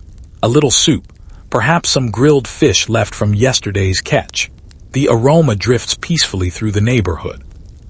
Meals during this period are modest, yet they carry a comforting sense of routine. Food connects every family to the changing seasons. What grows nearby is what appears upon the table. Nothing is wasted. Everything is appreciated. Along the market road, merchants begin arranging their goods with remarkable care. Bundles of fresh vegetables are placed neatly upon woven mats. Pottery catches the early sunlight, its smooth surfaces reflecting years of careful craftsmanship. Woodworkers display bowls carved from cedar and cypress. A basket maker hangs beautifully woven containers beside his small workshop. There is no shouting, no frantic competition. Customers arrive gradually. Many already know the merchants by name. Trade feels less like business and more like conversation between neighbors. Nearby, an elderly calligrapher patiently prepares ink using a smooth stone and a little water. His brushes are carefully arranged beside sheets of fine paper. Soon a young student arrives carrying blank scrolls. Lessons begin quietly. Each character is written slowly, deliberately. The student learns that beautiful writing reflects a calm mind. A hurried hand often creates untidy thoughts. This belief reaches beyond calligraphy. Throughout much of Japanese culture during the Kamakura period, patience is considered a form of wisdom. As the sun rises higher, the streets become gently busy, not crowded, simply alive. Travelers arrive from nearby villages carrying baskets balanced across their shoulders. Monks walk calmly toward distant temples. Messengers pass quietly on horseback, delivering reports between government offices. Every person has a destination, yet few appear rushed. The pace of life allows room for observation. People notice the changing weather. They greet familiar faces. They pause to admire blooming flowers growing beside a narrow path. Far beyond the city, the countryside remains equally peaceful. Rice fields shimmer beneath the morning light. Their green leaves move together whenever the breeze passes over them, creating gentle waves that resemble the nearby ocean. Farmers stand ankle-deep in cool water while tending the young plants. Their work requires steady hands rather than great strength. Every row is inspected carefully. Every small irrigation channel must remain clear. Water is precious. Without it, even the richest soil cannot produce a harvest. A young boy carries lunch to his parents working in the fields. His small footsteps leave gentle marks in the damp earth before disappearing beneath fresh water flowing through the terraces. Nearby, an elderly farmer smiles as he watches the child approach. Moments like these have repeated themselves for centuries. Parents teaching children, children learning patience from their parents. One generation quietly preparing the next. High above the valleys, clouds drift lazily across the sky. They cast slow-moving shadows over forests, rivers, and villages before continuing toward the sea. Watching them requires no effort, only time. Perhaps that is one of the greatest gifts offered by this quieter age. People possess time to simply notice the world around them. Meanwhile, within the government district of Kamakura, Hojo Tokimune begins another morning of administration. The building is modest compared with the grand imperial palaces of China, yet it reflects the practical nature of the military government. Wooden beams support broad roofs designed to withstand heavy rain. Sliding paper screens allow fresh air to move gently through the rooms. Tatami mats soften each step. Officials arrive carrying neatly rolled documents. Each scroll represents another small responsibility. A report from a coastal village. A request concerning farmland. Repairs needed after seasonal storms. Supplies required for local warriors. Leadership is often built upon solving ordinary problems one at a time. Tokimune understands this well. He listens more than he speaks. He studies each report carefully. His calm manner earns quiet respect from those around him. no one within these rooms imagines that a diplomatic mission from the greatest empire on earth is slowly approaching Japan. The sea still keeps its secret. Across that wide expanse of water, the Yuan ships continue their patient voyage. The wind remains favorable. The waves remain gentle. Each sunrise carries them a little farther east. The envoys spend their days discussing etiquette and reviewing the carefully written letter entrusted to their care. They know first impressions matter. Respect shown during an introduction may shape every conversation that follows. At sea, evenings arrive with remarkable beauty. The setting sun transforms the water into endless fields of gold. Flying fish occasionally leap above the waves before disappearing again beneath the surface. As darkness settles, the stars appear in astonishing numbers. Without city lights, the night sky seems almost limitless. Experienced sailors navigate by these familiar constellations.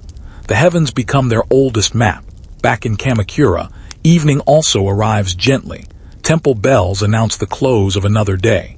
Their deep voices drift across forests and valleys before slowly fading into silence. Families gather inside warm wooden homes. Lanterns glow softly behind paper screens. Children become sleepy as grandparents quietly share old stories remembered from long ago. Outside, the wind moves gently through the cedar trees. The sea continues breathing against the shore. Everything feels exactly as it should, peaceful, steady, comforting. Yet somewhere beyond the quiet horizon, carried by the same stars shining above Japan, a single letter continues its slow journey across the sea. The people of Kamakura do not yet know it. Tomorrow will seem much like today. The next sunrise will arrive just as gently. The waves will continue their endless rhythm. The temples will welcome another morning of prayer. And history, moving as patiently as the tide itself, will draw one little step closer to the moment when the peaceful islands of Japan first hear the voice of the great Khan. The Mongol invasions and the quiet resolve of Hojo Tokimune. A calm history for sleep. Part 9. The quiet harbor of Hakata. Another peaceful dawn settles over the western shores of Japan. This morning, our gentle journey takes us away from Kamakura and across the islands to the broad waters of Hakata Bay, on the northern coast of Kyushu. Long before history would remember this shoreline, it was already a place of quiet beginnings. The first light of day touches the surface of the bay, turning the calm water into soft shades of silver and pale gold. The tide rises almost silently. Small waves roll onto the sandy beaches, before slipping gently back into the sea. The rhythm never changes. It is slow, patient, steady. If you pause for a moment and simply listen, you might hear the distant cry of seabirds drifting across the water. Perhaps you notice the gentle creaking of fishing boats tied to weathered wooden piers. Some fishermen have already begun their day. Others are only now preparing their nets. Life begins slowly here, just as it does throughout the islands of Japan. Hakata is one of the country's most important coastal communities. For many centuries, ships arriving from Korea and China have entered this bay. Merchants have stepped ashore carrying silk, fine ceramics, medicinal herbs, books, and carefully crafted tools. Along with these goods come ideas, religious teachings, new artistic styles, methods of farming, stories from distant kingdoms. The sea separates nations, but it also connects them. Because of this, the people of Hakata understand that every ship carries more than cargo. Every arrival brings news from another world. The harbor itself is peaceful this morning. Workers repair fishing boats using cedar planks carefully shaped by experienced carpenters. Others weave fresh ropes from hemp fibers. A cooper slowly builds a new wooden barrel, fitting each curved stave together with remarkable precision.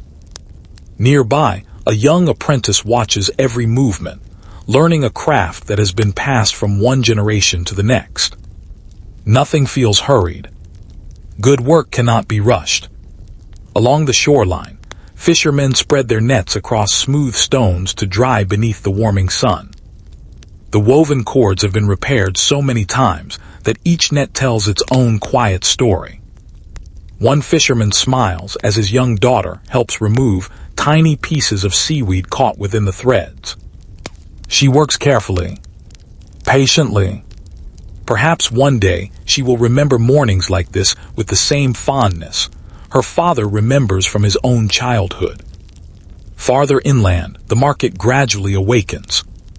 Fresh fish arrive first, then vegetables from nearby farms. Baskets filled with mushrooms gathered from mountain forests. Rice harvested from fertile valleys. Sea salt collected through long hours of careful work beneath the sun. Merchants greet familiar customers warmly. Many families have traded together for decades. Trust grows slowly, like a tree, like friendship, like history itself. As the morning continues, travelers begin arriving from neighboring villages. Some carry bundles balanced across wooden poles resting upon their shoulders. Others guide small horses loaded with cloth, pottery, or grain. The roads leading toward Hakata are well traveled. This city serves as one of Japan's important windows to the outside world. Because of its location, the people here often hear foreign news long before it reaches Kamakura. Yet even they cannot predict what the coming months will bring. Across the harbor, a Buddhist temple overlooks the quiet bay. Its wooden buildings stand peacefully among tall pine trees. The scent of incense drifts gently through the morning air. Inside, monks chant ancient prayers in voices so calm that they seem to blend naturally with the sound of distant waves. Visitors arrive quietly. Some seek guidance. Others simply wish to spend a few peaceful moments away from the demands of daily life. The temple welcomes everyone. A young monk carefully sweeps fallen pine needles from the stone pathway leading toward the main hall. He pauses occasionally to admire the view across Hakata Bay. The water appears endless. Its distant horizon fades into the soft blue sky. No ships are visible this morning. Only open sea. Only quiet. If he knew what was slowly approaching beyond that horizon, perhaps he would have looked a little longer. But history rarely announces itself in advance. It often arrives while ordinary life continues unchanged. Meanwhile, far across the sea, the diplomatic ships carrying Kublai Khan's letter continue their steady journey. The voyage has now become part of everyday life for the crew. Each morning begins before sunrise. Sails are inspected. Water supplies are checked. Breakfast is prepared.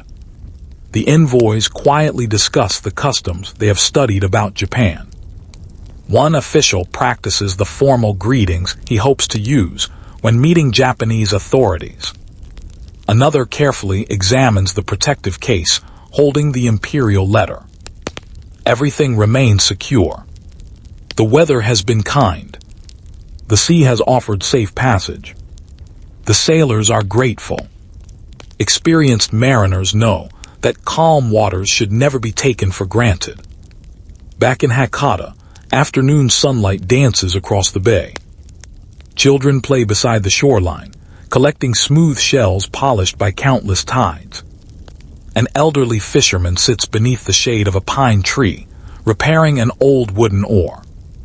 His movements are slow but confident. He has repeated this task so many times that his hands seem to remember every motion without thought. Nearby, two merchants quietly discuss reports brought by sailors returning from Korea. They speak of increasing activity across the sea. More official ships. More diplomatic missions. Nothing alarming. Simply observation shared over cups of warm tea. News travels slowly in the 13th century. It passes from sailor to merchant. Merchant to traveler. Traveler to village. Village to provincial officials. Sometimes details change along the way. Sometimes they remain remarkably accurate.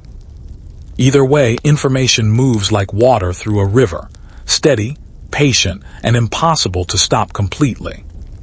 As evening approaches, the harbor grows quiet once more. Fishing boats return one by one. Their sails glow softly beneath the golden light of the setting sun. Smoke rises from homes where evening meals are being prepared. The scent of grilled fish drifts through the cool air.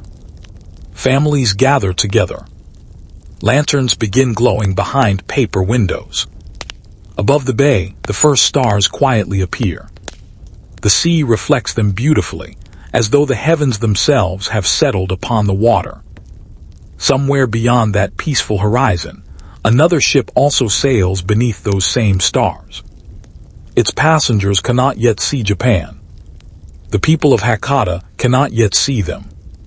Yet with every gentle breeze, with every quiet sunrise, with every calm night spent beneath the ancient constellations, the distance between them slowly becomes smaller. History continues to cross the sea without haste. One wave at a time. One peaceful mile at a time. And for one more tranquil evening, Hakata Bay rests beneath a sky filled with stars, unaware that it will soon become one of the first places where two great worlds quietly meet. The Mongol invasions and the quiet resolve of Hojo Tokimune. A calm history for sleep. Part 10, The Messenger from Across the Sea. The morning begins with a gentle layer of mist resting over Hakata Bay. For a little while, the sea and the sky seem to blend together into a single soft gray horizon. The fishing boats waiting near the shore appear almost like quiet shadows floating upon still water. There is no hurry. The wind has not yet fully awakened. The tide rises slowly against the wooden piers, lifting each boat only a few inches before gently lowering it once again. If you listen closely, you can hear the quiet tapping of ropes against wooden posts. A seabird calls somewhere beyond the mist. Its voice drifts across the calm harbor before fading into silence. The people of Hakata begin another ordinary day. Fishermen carry neatly folded nets across their shoulders. Merchants sweep the entrances of their shops before arranging baskets filled with vegetables, dried fish, rice, and carefully crafted pottery. A young apprentice opens the shutters of his master's workshop, allowing the cool morning air to flow inside. The scent of fresh cedar wood fills the room. Nearby, a blacksmith lights the charcoal within his forge. Soon the familiar rhythm of hammer upon iron begins again. Not loud, not hurried, simply steady. Everything follows the same comforting pattern that it followed yesterday, and the day before, and for many years before that.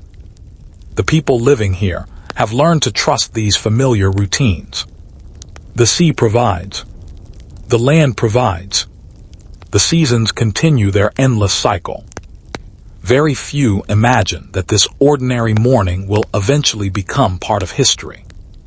Far out upon the open sea, however, another day has already begun aboard the diplomatic ships sent by Kublai Khan. The sails hang quietly beneath a pale blue sky. The wind has become lighter during the night, slowing the voyage slightly. No one seems concerned.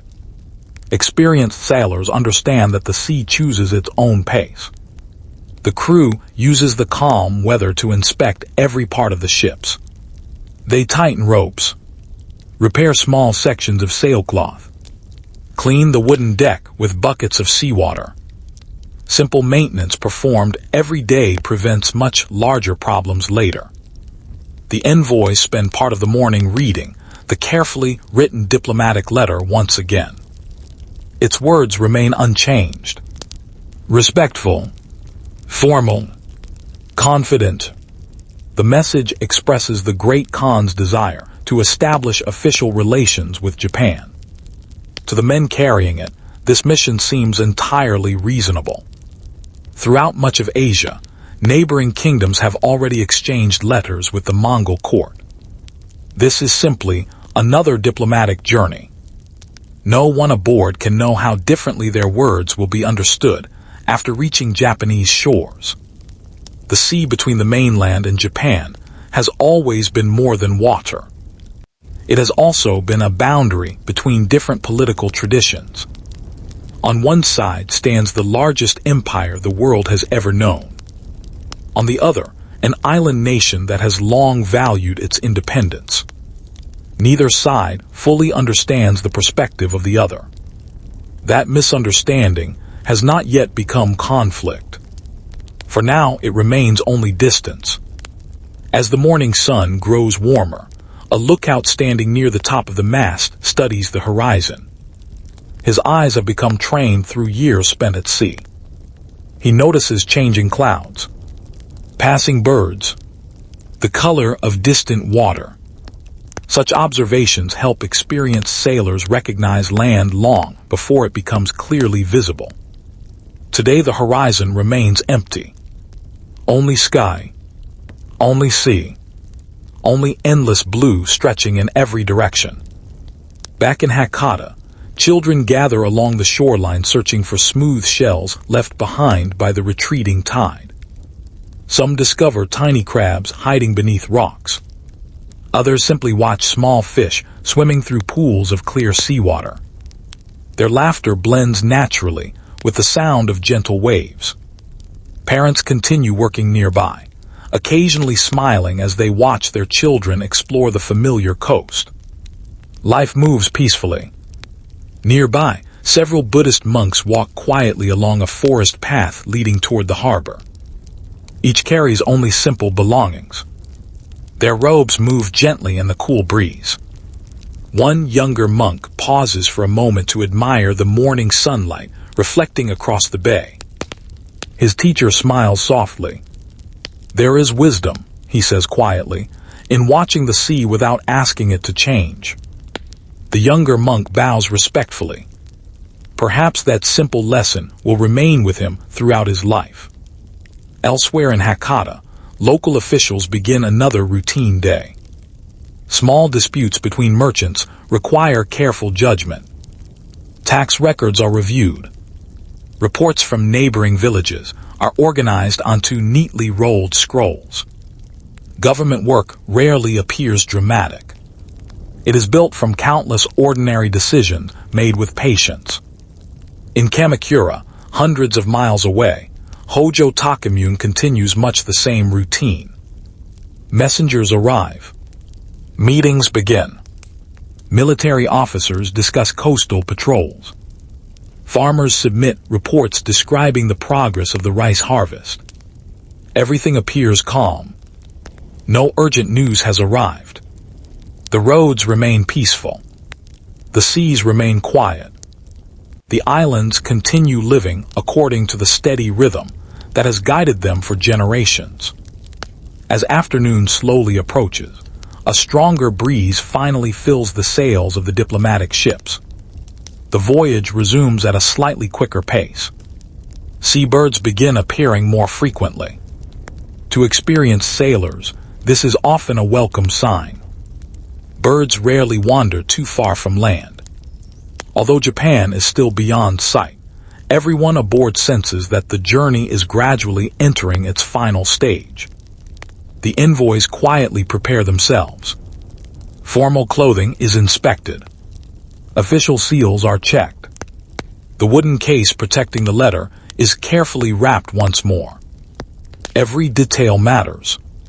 First impressions often shape history more than anyone realizes. Back in Hakata, evening begins its gentle arrival. The setting sun spreads warm shades of amber and rows across the calm waters of the bay. Fishing boats return home one after another. Their sails glow softly against the colorful sky. Families gather around evening meals. Simple bowls of rice, fresh fish, warm soup, seasonal vegetables harvested only hours before. Children grow sleepy as grandparents tell stories remembered from earlier generations. Outside, lanterns begin glowing behind paper windows. The cool evening breeze carries the scent of salt water and pine. Above the quiet harbor, countless stars slowly appear. Somewhere beyond that dark horizon, another group of travelers looks upward at those very same stars. The sea still separates them, but not for much longer. With each passing tide, with each peaceful sunrise, the messenger from across the sea draws closer to the shores of Japan, carrying nothing more than a carefully written letter, and unknowingly approaching a meeting that will quietly alter the course of history. The Mongol invasions and the quiet resolve of Hojo Tokimune. A Calm History for Sleep. Part 11, The First Glimpse of Japan. Night slowly gives way to another peaceful morning. The stars gradually fade from the western sky, while the eastern horizon begins to glow with soft shades of pale blue, silver, and gentle gold. A cool breeze drifts across the open sea. The wooden ships rise and fall almost imperceptibly upon the gentle swells. The journey has now continued for many days. The sailors have grown accustomed to the endless rhythm of the ocean. Each sunrise begins with familiar routines. The sails are inspected.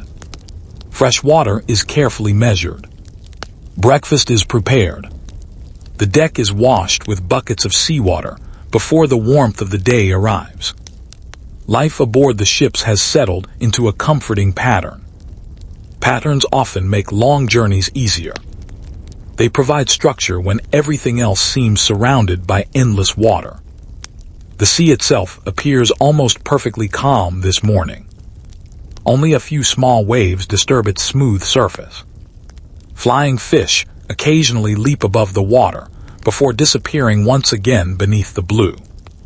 Far overhead, several seabirds circle patiently. To experienced sailors, these birds offer quiet encouragement. Land cannot be far away. The lookout climbs carefully to his usual position high upon the mast. He pauses, shields his eyes from the growing sunlight, and slowly studies the distant horizon.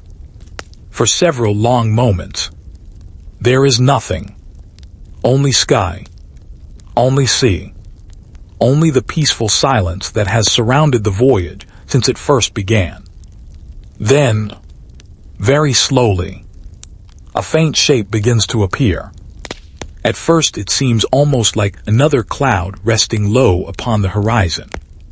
But as the morning grows brighter, the outline becomes clearer. Dark hills, soft mountains, a distant coastline rising gently from the sea. Japan. The islands have finally appeared. No loud celebration follows. No dramatic announcement echoes across the deck. Instead, the lookout simply calls calmly to the officers below. Land has been sighted. The crew members quietly lift their eyes toward the eastern horizon. Many smile. Some bow their heads briefly in gratitude for a safe voyage. Others simply continue their work. Experienced sailors understand that reaching land safely requires as much attention as crossing the open sea. The sea remains kind. The wind continues blowing steadily. The ships gradually move closer. As the hours pass, more details begin to emerge. The mountains appear covered with forests. Thin bands of white sand become visible along parts of the coastline. Occasionally, a small fishing boat can be seen moving quietly across the calm water. Everything appears peaceful, beautiful, almost untouched. For many aboard these ships, this is their first glimpse of Japan. The islands seem quiet compared with the busy ports of China. There are no enormous harbors crowded with hundreds of vessels. No towering city walls visible from the sea. Instead, the landscape feels harmonious. Mountains, forests, sea, sky, everything appears balanced. Nature seems to occupy far more space than human settlements. Meanwhile, along the coast of northern Kyushu, another ordinary morning has already begun. The fishermen of Hakata Bay rise before sunrise as they always do. They prepare their boats, untie heavy ropes from wooden posts, check their nets one final time before rowing quietly into familiar waters. Many have spent their entire lives fishing these seas. They know every current, every rocky shoal, every change in the tides. As one small fishing boat moves farther from shore, an elderly fisherman pauses. Something catches his attention. Far beyond the bay, several dark shapes rest upon the horizon. He narrows his eyes. At this distance, they appear no larger than tiny marks against the morning sky. Perhaps merchant ships, perhaps fishing vessels. It is impossible to know. He says nothing for the moment. The sea often plays gentle tricks upon the eyes. Sometimes distant clouds resemble ships. Sometimes ships resemble clouds. He continues rowing. The morning remains peaceful.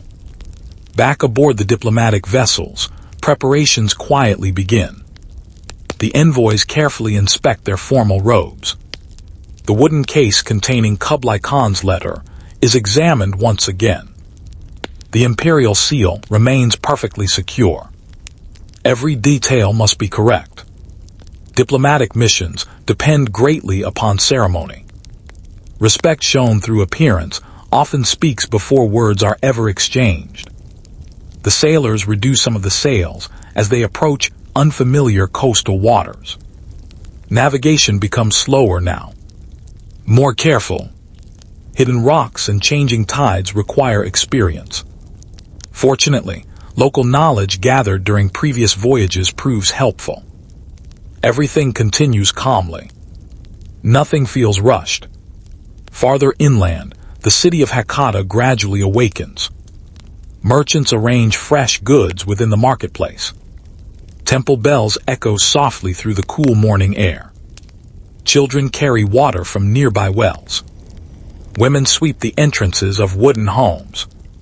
Smoke rises gently from cooking fires. Warm rice begins steaming inside simple kitchens. Another ordinary day unfolds. No one yet realizes that the distant ships visible upon the horizon carry official representatives of the greatest empire on earth. History often arrives very quietly. Not with thunder, not with marching armies. Sometimes, it first appears as little more than several dark sails against the morning sky. As the sun climbs higher, more fishermen begin noticing the approaching vessels. Quiet conversations begin upon the water. One points toward the horizon. Another nods thoughtfully.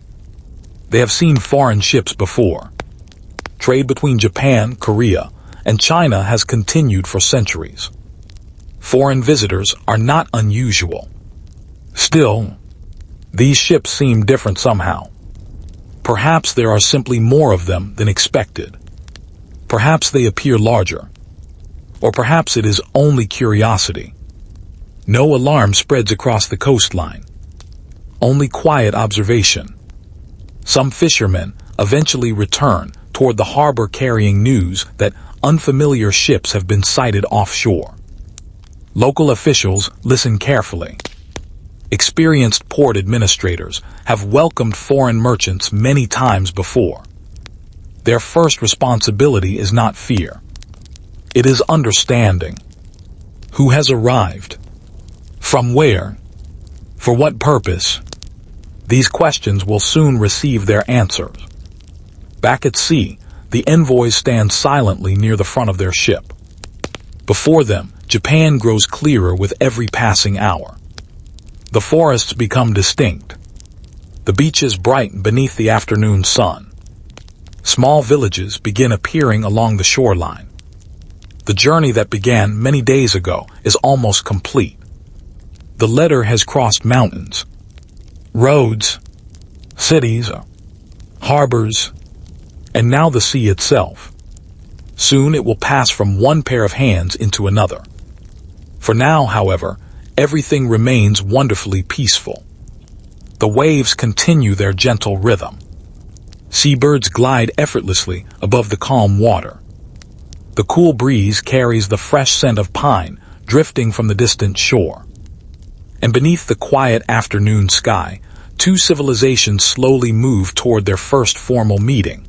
One calm moment, one gentle wave, and one careful step at a time. The Mongol invasions and the quiet resolve of Hojo Tokimune, A Calm History for Sleep Part 12.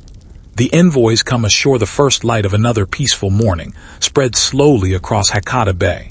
A gentle mist rests upon the quiet water, softening the outline of every fishing boat anchored near the shore. The air is cool. The breeze carries the familiar scent of saltwater mixed with pine forests growing along the nearby hills. Everything feels wonderfully calm. The fishermen who noticed the distant ships yesterday have already returned to the harbor. Their conversations remain quiet. No one speaks with fear, only curiosity. They describe several foreign vessels waiting offshore, larger than many merchant ships, neatly organized, patiently holding their position beyond the entrance to the bay. Local officials listen carefully. Foreign ships are not unknown in Hakata. For centuries, merchants from China and Korea have visited these shores. Trade has always connected Japan with the wider world. Silk has crossed these waters. Tea has crossed these waters. Books, ceramics, medicinal herbs, religious teachings all have arrived by sea. Perhaps these newly arrived vessels simply carry another diplomatic mission. No one yet imagines how important this meeting will eventually become. As the morning mist slowly disappears beneath the rising sun, the foreign ships become easier to see. Their sails are lowered. The vessels remain calm upon the gentle tide. No hurried movements can be seen aboard them. Everything appears orderly, peaceful, respectful. On the largest ship, the imperial envoys prepare to go ashore. Their formal robes have been carefully arranged. The wooden case protecting Kublai Khan's letter has been wrapped once more in clean cloth. Every detail receives careful attention. Diplomatic customs matter greatly. A respectful arrival demonstrates respect before a single word has been spoken. One by one, smaller boats are lowered into the water. The sea is remarkably calm today. Each oar enters the water almost silently. The boats begin moving toward the Japanese shoreline with slow, steady strokes. The sailors row without haste. The envoys sit quietly. Many spend the short journey observing the coastline before them. The forests appear dense and healthy. The hills rise gently beyond the beaches. Small fishing villages rest peacefully beside the water. Smoke rises from cooking fires. Temple roofs appear occasionally among the trees. The islands seem exactly as travelers have described them. Quiet, beautiful, carefully tended. On shore, local officials have gathered near the harbor. They wear formal clothing suitable for receiving foreign visitors. Several experienced interpreters stand nearby. Communication between different languages is never simple. Every sentence must be translated carefully. A single misunderstood phrase can easily change the meaning of an entire conversation. Patience becomes essential. As the small boats finally reach the shore, the envoys step carefully onto Japanese soil. For a brief moment, everyone remains still. Bows are exchanged. Polite greetings follow. Neither side raises its voice. Neither side behaves carelessly. The meeting begins with courtesy, just as diplomacy often should. The leader of the Yuan mission presents himself respectfully. He explains that he carries an official message from Kublai Khan, ruler of the Yuan dynasty and the Mongol Empire. His tone remains calm, measured, professional. The Japanese officials listen attentively. They have welcomed foreign representatives before, yet this mission carries unusual importance. Everyone present senses that this is no ordinary commercial visit. After the formal introductions have concluded, the beautifully protected letter is presented. The wooden case is opened with great care. Inside rests the carefully prepared diplomatic document bearing the imperial seal. The Japanese officials receive it respectfully. No immediate reply is given. Such an important communication cannot be answered hastily. Instead, the letter will continue its journey across Japan to the military government in Kamakura. There, Hojo Tokimune and his advisors will consider its contents. For now, the responsibility is simply to receive it properly. The envoys appear satisfied. Their first duty has been completed successfully. Meanwhile, ordinary life continues almost unchanged around Hakata. Fishermen still repair their nets. Children still search for shells beside the shoreline. Merchants continue arranging vegetables and pottery within the marketplace. The arrival of foreign diplomats attracts interest, but it does not stop the ordinary rhythm of daily life. History often unfolds quietly alongside everyday routines. Most people remain focused upon familiar responsibilities. The rice still requires tending. Boats still require repair. Families still gather for meals. As afternoon sunlight warms the harbor, several local scribes begin preparing official records describing the arrival of the foreign mission. Every important diplomatic event is carefully documented. Names are recorded. Dates are written. Descriptions of the ships, the envoys, and the imperial letter are copied neatly onto scrolls. These records may one day help future generations understand the choices made during these peaceful hours. Far away in Kamakura, Hojo Tokimune continues another ordinary day. He reviews reports, listens to advisors, signs official documents. He has not yet seen the letter.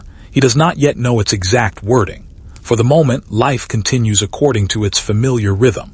But somewhere along the roads connecting Kyushu with Kamakura, trusted messengers are already preparing for the long journey east. The letter will travel on horseback, across mountain roads, through quiet villages, along carefully maintained highways used by government couriers. Every mile will bring it closer to the center of Japanese political power. As evening approaches, the foreign envoys are offered respectful hospitality. Simple accommodations are prepared. Fresh food is served. Rice, fish, warm tea. Conversation remains polite despite the differences in language and culture. Courtesy bridges many distances that words alone cannot. Outside, the sun slowly disappears beyond the western horizon. Golden light spreads across Hakata Bay before gradually fading into soft shades of violet and deep blue. The sea becomes calm once again. Fishing boats return home. Temple bells echo gently across the evening air. Lanterns begin glowing behind the paper windows of nearby homes. Children become sleepy after another peaceful day.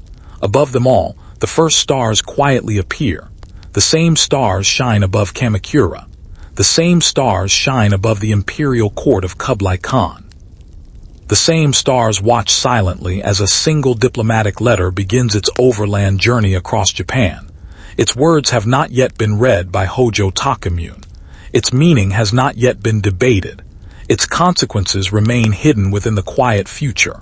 For tonight, there is only peace, only the soft sound of waves upon the shore, only the cool evening breeze moving through the pine trees. And somewhere upon the moonlit roads of medieval Japan, a messenger carrying history rides steadily eastward, one calm mile at a time.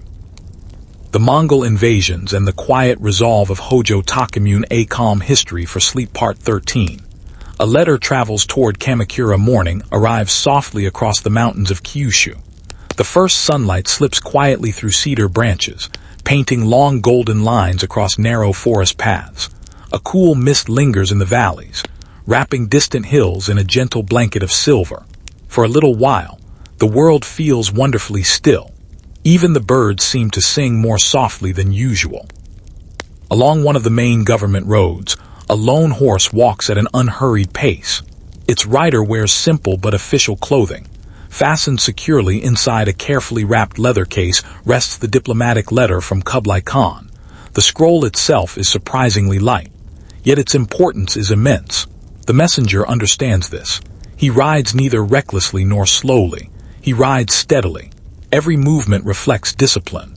The roads of medieval Japan are not paved as modern highways are.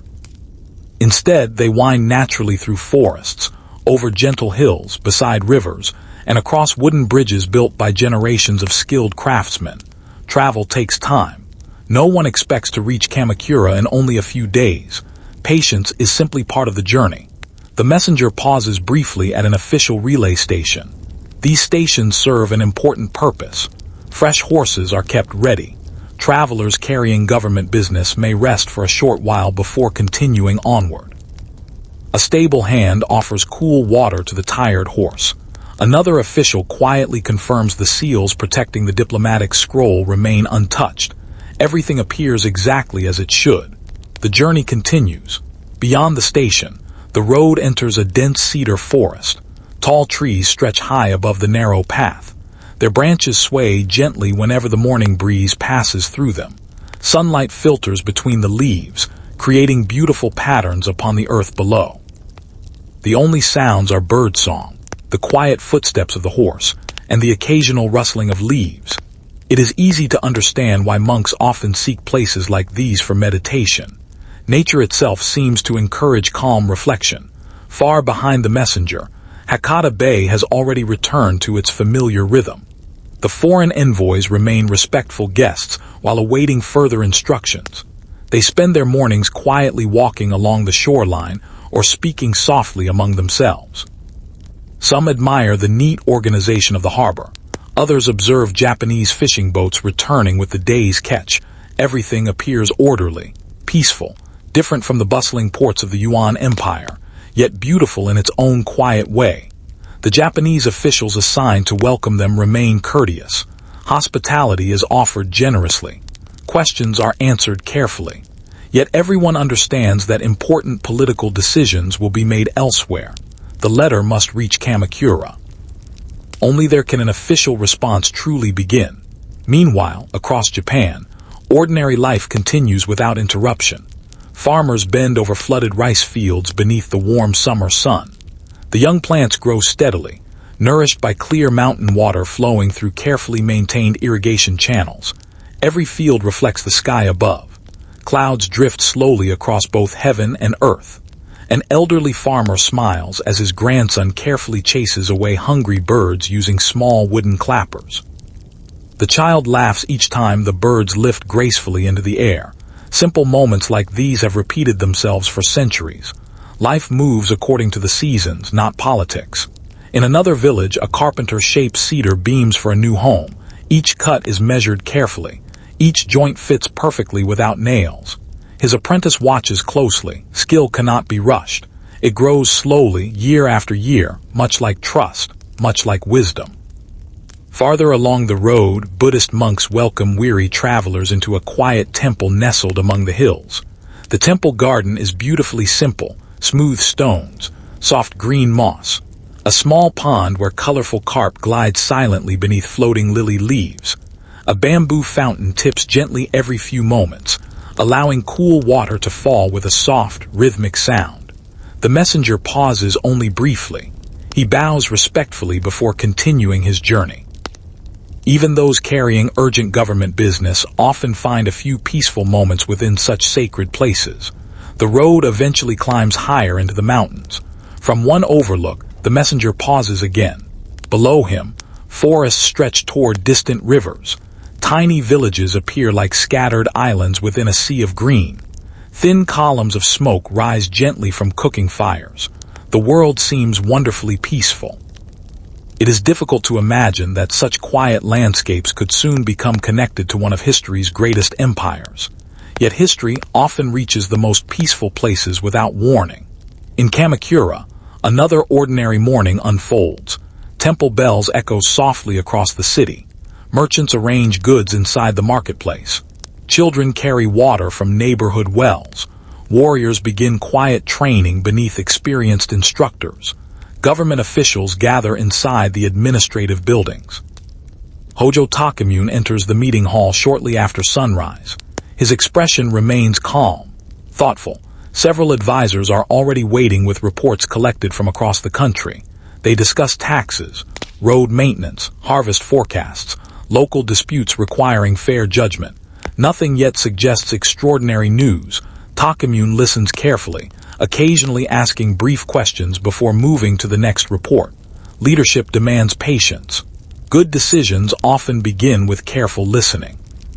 Beyond the meeting hall, the sea continues its endless conversation with the shore.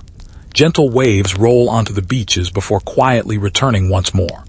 The same sea that carried the Mongol envoys now lies peacefully beneath the afternoon sun. Its surface gives no hint of the events it has quietly set into motion. Back upon the mountain road, the messenger continues eastward. The horse's pace remains steady. Villages pass one by one, bridges, forests, fields, rivers. Each mile brings the diplomatic letter closer to Kamakura, closer to Hojo Tokimune, closer to the moment when its carefully chosen words will finally be read. As evening approaches, the messenger reaches another government station. Fresh horses wait patiently beneath simple wooden shelters. A warm meal of rice, vegetables, and miso soup is prepared. Lanterns begin glowing softly as darkness settles over the countryside. The stars slowly appear above the mountains. Tomorrow, the journey will continue. For tonight, the letter rests safely beneath careful guard. Outside, the wind moves gently through the cedar trees. A nearby stream continues its quiet song beneath the moonlight. The forests sleep peacefully. The villages sleep peacefully. Kamakura sleeps peacefully. And somewhere between the Western Sea and Japan's eastern capital, history rides onward with quiet determination. Never hurried, never delayed, but always moving one gentle step closer to the moment that will change the future of the islands forever. The Mongol invasions and the quiet resolve of Hojo Tokimune, A Calm History for Sleep Part 14. The scroll is unrolled. Another quiet dawn settles over Kamakura. The eastern sky slowly brightens, changing from deep navy blue to soft lavender and pale gold. The morning breeze carries the familiar fragrance of pine forests and the salty air drifting inland from Sagami Bay. Temple bells ring gently in the distance. Their deep, peaceful tones seem to float across the sleeping city, inviting another calm beginning. Monks are already awake. Inside Zen temples, paper lanterns still glow softly as the first prayers of the day echo through wooden halls. A young novice quietly sweeps fallen pine needles from a stone pathway. Every careful movement reflects the Zen belief that even ordinary tasks deserve complete attention. To sweep a path is simply to sweep a path, nothing more, nothing less. The peaceful rhythm of meditation quietly shapes life throughout Kamakura. Beyond the temples, merchants begin opening their shops. A baker prepares warm rice cakes before sunrise. The gentle aroma drifts through the narrow streets. A potter arranges newly fired bowls outside his workshop, where the morning sunlight reveals subtle shades of gray and brown within the clay. Nearby, fishermen carry baskets of fresh mackerel and sea bream toward the marketplace. Children help their parents without complaint. Neighbors greet one another with respectful bows. Life unfolds exactly as it has for many years. But today, one traveler is approaching the city carrying something unlike any ordinary delivery. The government messenger has nearly completed his long journey from Hakata. His horse has crossed mountains, forests, rivers, and countless villages. Fresh horses have replaced tired ones at relay stations. Each change has saved precious time. Now, as the morning sun rises higher, the wooden gates of Kamakura finally appear ahead. The guards recognize the markings carried by official government couriers.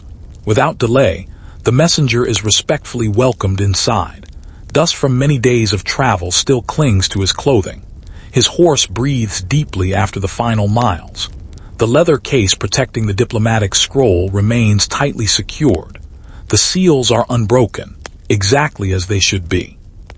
Soon the messenger enters the government compound where senior officials have already begun their morning duties. Several advisors notice the official case immediately. Travelers arriving from Kyushu often carry reports concerning trade or coastal affairs.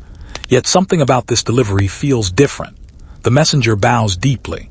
With great care, he presents the protected scroll. The officials receive it respectfully. No one speaks for a few moments. The room remains remarkably quiet. Every person present understands that documents arriving from foreign governments deserve careful attention. A trusted scribe gently removes the protective wrapping. The finely prepared scroll appears. The imperial seal of Kublai Khan remains clearly visible. Several officials exchange thoughtful glances. Although Japan has maintained contact with neighboring countries for centuries, A direct diplomatic message from the ruler of the Yuan Empire carries unusual significance. Word is quietly sent to Hojo Tokimune. The young regent arrives calmly. His footsteps across the polished wooden floor are slow and measured. Those who know him understand his character well. He rarely rushes. He rarely allows emotion to appear before careful thought. This habit has earned the respect of many experienced warriors and advisors. Tokimune bows respectfully toward the scroll before taking his place. No dramatic speeches follow. No loud commands fill the room. Instead, a senior official carefully begins reading the letter aloud. The room becomes completely silent. Outside, birds continue singing. The breeze moves gently through nearby pine branches. Life beyond the government building continues peacefully, unaware that history is quietly entering the room. The letter speaks with dignity and confidence. It explains that Kublai Khan, ruler of the Yuan dynasty, wishes Japan to establish formal relations with his empire. Its language remains courteous. Yet beneath its respectful tone lies an unmistakable expectation. The great Khan considers himself the supreme ruler of the known world. Neighboring states are expected to acknowledge his authority. Many already have. The letter suggests that peaceful cooperation will benefit everyone. It also gently reminds its readers that refusing friendship with a powerful empire may carry unfortunate consequences. The wording is careful. There are no insults, no threats shouted in anger, only quiet confidence. When the reading ends, silence returns. For several moments, no one speaks. Tokimune lowers his eyes thoughtfully. His advisors remain equally quiet. Each man understands the importance of what has just been heard. This is not merely another diplomatic letter. It represents a decision that Japan cannot simply ignore. Outside, however, the city remains wonderfully peaceful. The marketplace grows busier.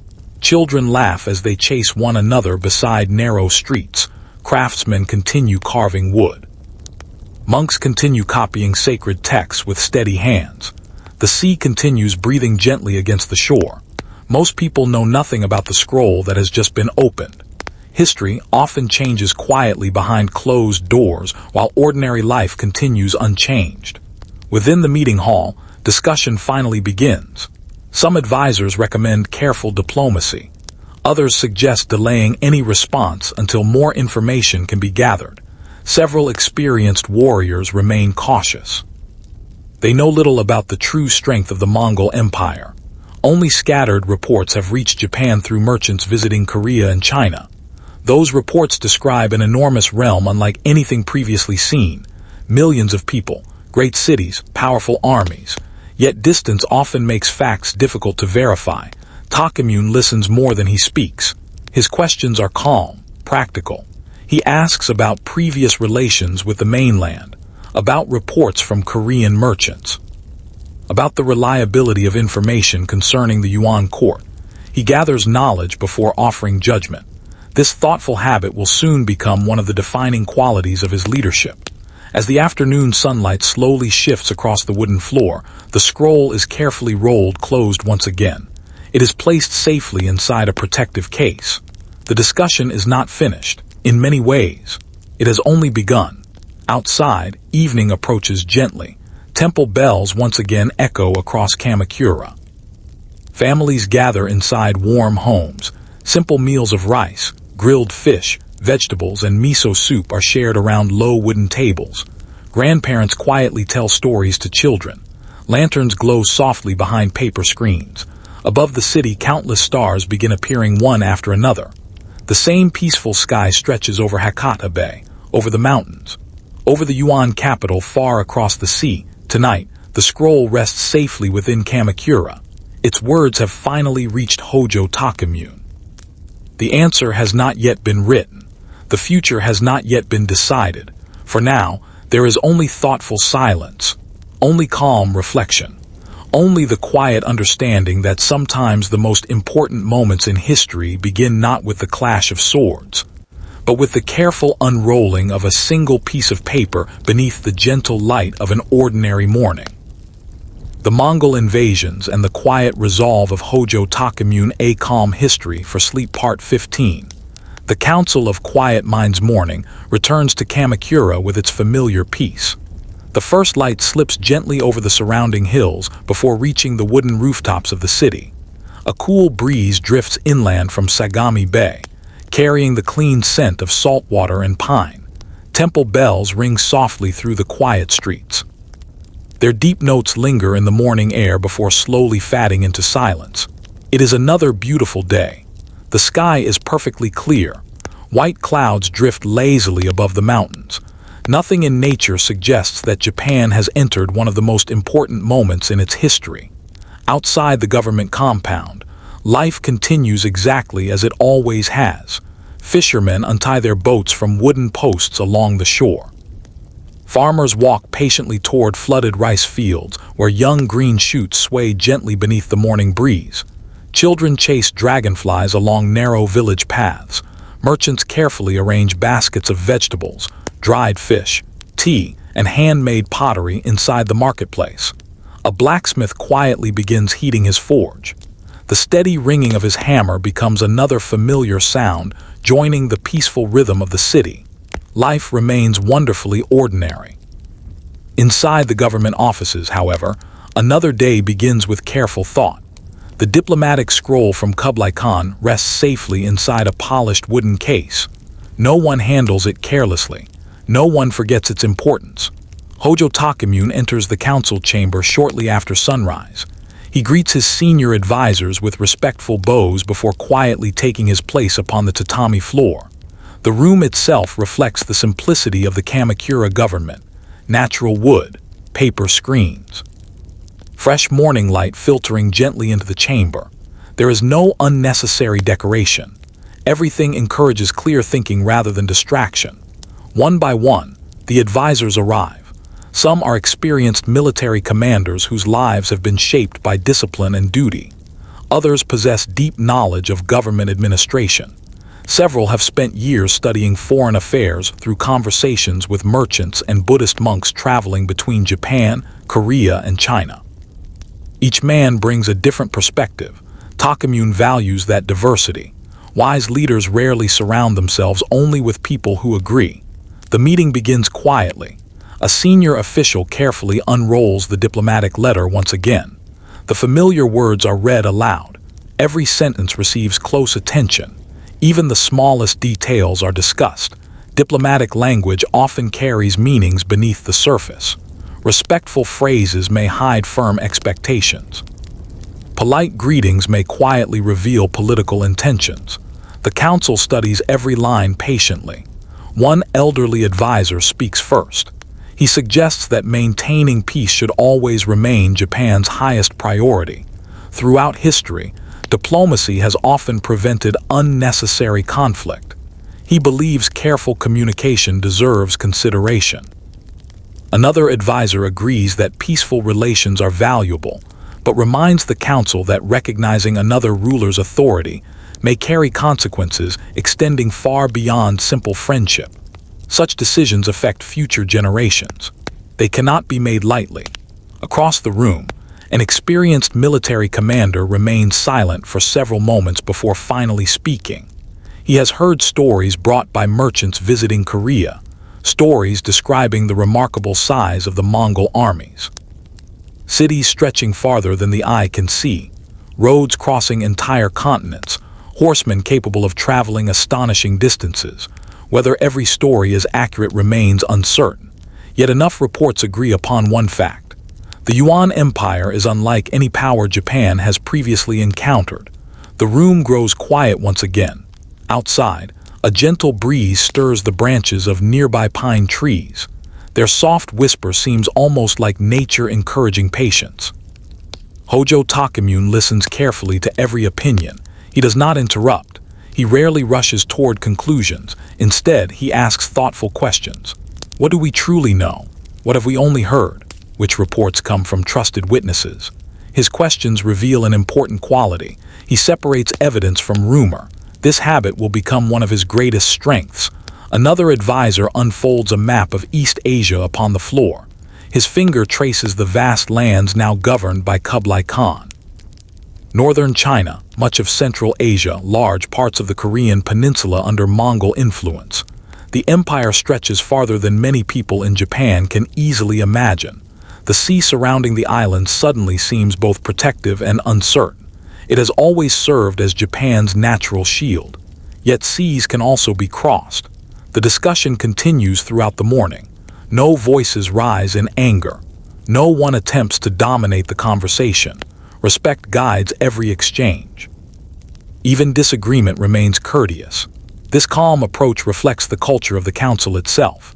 Important decisions deserve thoughtful minds rather than hurried emotions. Meanwhile, life outside remains beautifully peaceful. Near a Zen temple, a gardener carefully trims a small pine tree that has been shaped over decades. Every branch is considered before a single cut is made. Nearby, a monk slowly rakes fine gravel into gentle flowing patterns around carefully placed stones. The work appears simple. Yet every movement requires complete attention. Many visitors believe the garden represents flowing water surrounding quiet islands. Others simply admire its peaceful beauty. Perhaps both understandings are true. Elsewhere in Kamakura, a young samurai practices archery beneath the guidance of his instructor. He draws the bow slowly, breathes deeply, releases the arrow without haste. The arrow strikes close to the center of the target. His teacher smiles. "Strength begins with calmness," he says softly. The student bows respectfully. Those simple words will remain with him long after today's lesson ends. Back inside the council chamber, the conversation gradually reaches a quiet conclusion. No final decision is announced. The matter is too important. More information will be gathered. Additional discussions will follow. For now, patience remains the wisest course. Hojo Tokimune carefully rolls the scroll closed once more. His expression remains calm, thoughtful, composed. Those around him notice that, although the letter carries the weight of a great empire, it has not disturbed his steady manner. He understands that fear rarely improves judgment. Only careful thinking does. As afternoon sunlight moves slowly across the polished wooden floor, the meeting comes to an end. The advisors bow respectfully before leaving to carry out their various responsibilities. Outside, Kamakura continues its peaceful rhythm. Temple bells echo across the valley. The sea breathes gently against the shore. Children laugh while playing beside narrow streams. Merchants close their shops as evening approaches. Families gather around warm meals. The stars begin appearing one by one above the quiet city. The same stars shine over the Yuan capital. The same stars shine over Hakata Bay. The same stars watch silently as two great civilizations begin a conversation that neither side yet realizes will soon shape the history of East Asia. For tonight, however, no answer has been written. Only questions remain. Only thoughtful silence. Only the quiet determination of a young leader who understands that some decisions must be made with the patience of the mountains and the calmness of the sea. The Mongol Invasions and the Quiet Resolve of Hojo Tokimune, A Calm History for Sleep Part 16. The voice of Nichiren, Another Peaceful Dawn, unfolds across the islands of Japan. The eastern horizon slowly brightens as the first rays of sunlight touch the quiet waters of Sagami Bay. A light mist hangs over the forests surrounding Kamakura, softening the outlines of cedar trees and distant hills. The world awakens gently. Temple bells echo through the cool morning air. Birds greet the sunrise with quiet songs. The sea continues its endless rhythm, each small wave arriving upon the shore with patient certainty. Nature appears perfectly balanced. Yet beneath this calm surface, many thoughtful people have begun asking difficult questions about the future. History is not shaped only by rulers and warriors. It is also shaped by monks, teachers, scholars, people whose greatest weapons are their words. Among these remarkable figures is a Buddhist monk named Nichiren. Unlike many monks who choose quiet lives devoted entirely to meditation, Nichiren believes that the condition of a nation is deeply connected to the spiritual lives of its people. For many years he has spoken boldly, sometimes controversially, about the future of Japan. His writings attract devoted followers. They also earn powerful critics. Nichiren lives during a time when Japan has experienced earthquakes, storms, poor harvests, and periods of unrest. Many people wonder why such hardships seem to occur one after another.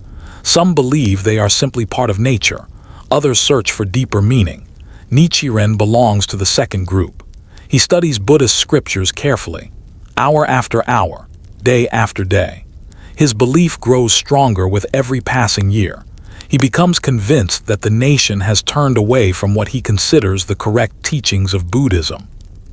In his view, unless Japan changes its spiritual direction, greater difficulties may follow. To many modern readers, it is important to understand his ideas within the beliefs of the 13th century. People of that era often saw natural disasters, famines, and political troubles not only as physical events, but also as signs carrying moral or spiritual meaning. Whether one agrees with Nichiren's conclusions or not, his influence upon Japanese history becomes impossible to ignore. Years earlier, he had written a famous treatise warning that if the nation failed to reform spiritually, it might face both internal unrest and threats from foreign powers. At the time, many officials dismissed his warnings. Some regarded him as unnecessarily outspoken. Others considered him deeply sincere but mistaken.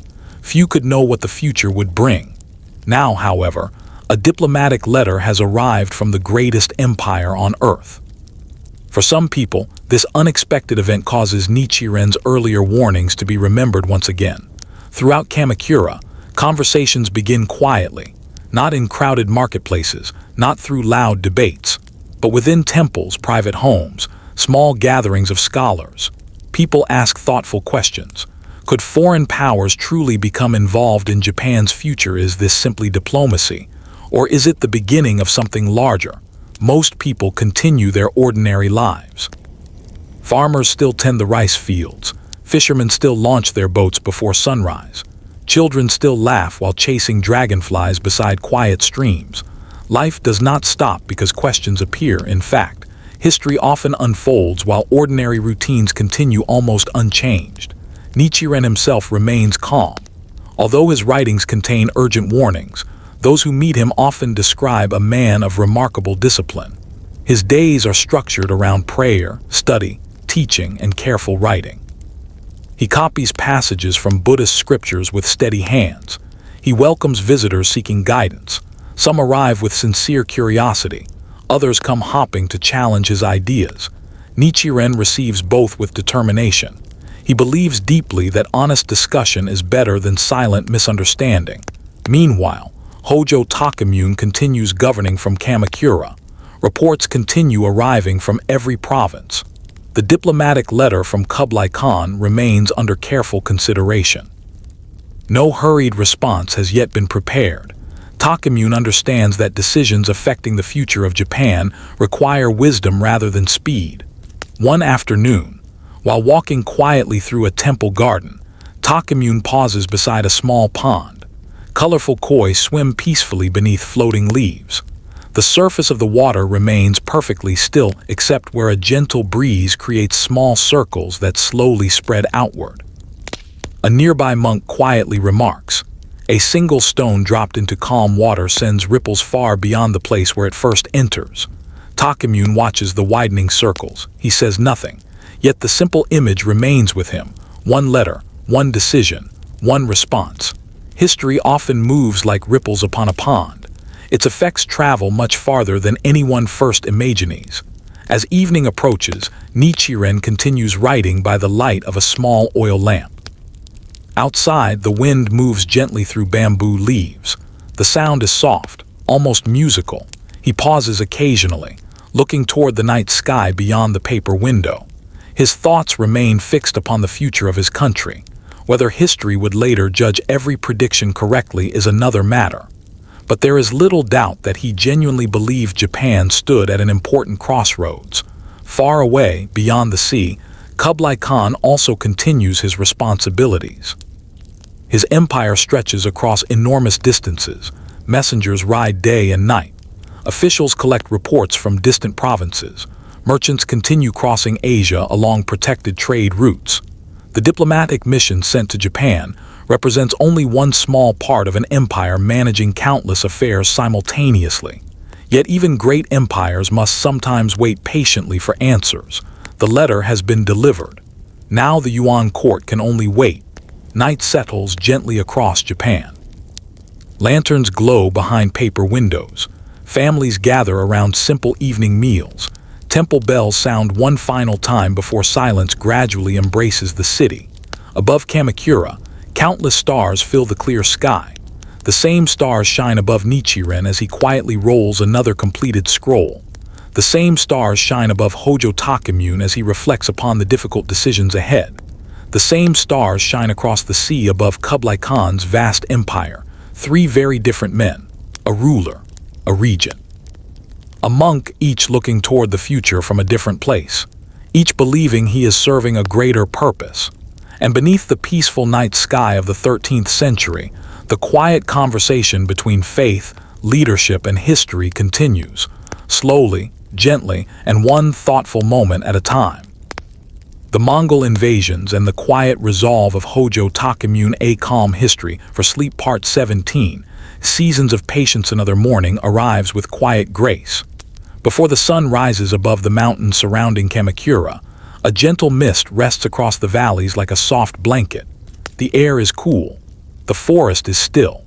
Only the distant song of a cuckoo bird breaks the peaceful silence. Soon, the first rays of sunlight reach the highest cedar branches. Drops of dew sparkle briefly upon green leaves before disappearing into the warmth of the new day. The changing of seasons has always been one of Japan's greatest teachers. Long before clocks measured every passing hour, people understood time through nature. The blooming of cherry blossoms, the deep green of early summer, the golden rice fields of autumn, the quiet snow of winter. Every season carries its own lesson. Every season asks people to slow down and notice something different. As you gently continue your journey through medieval Japan, you may notice that almost every part of daily life follows these natural rhythms. Farmers never rush the harvest. Fishermen never argue with the tide. Carpenters never force green wood before it has properly dried. Even monks understand that wisdom grows slowly, much like the forests surrounding their temples. This peaceful acceptance of time quietly shapes the character of the nation. In the rice fields outside Kamakura, families begin another day's work. The young plants have grown taller since our journey first began. Their leaves ripple softly whenever the morning breeze passes across the flooded fields. The reflections of clouds drift through the shallow water between each row. An elderly farmer kneels to inspect several plants with careful eyes. His grandson watches beside him. Rice teaches patience, the old man says softly. If you pull upon it, it will never grow faster. The child nods. He may not fully understand the words today, but one day, perhaps many years from now, he will remember them. History is filled with lessons like this, simple truths spoken quietly, passed from one generation to another. Meanwhile, Kamakura awakens with its familiar calm.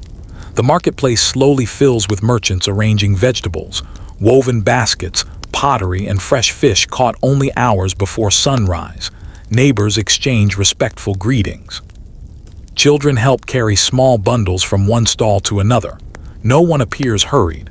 Life continues at a pace that allows people to notice the changing light, the weather, and one another.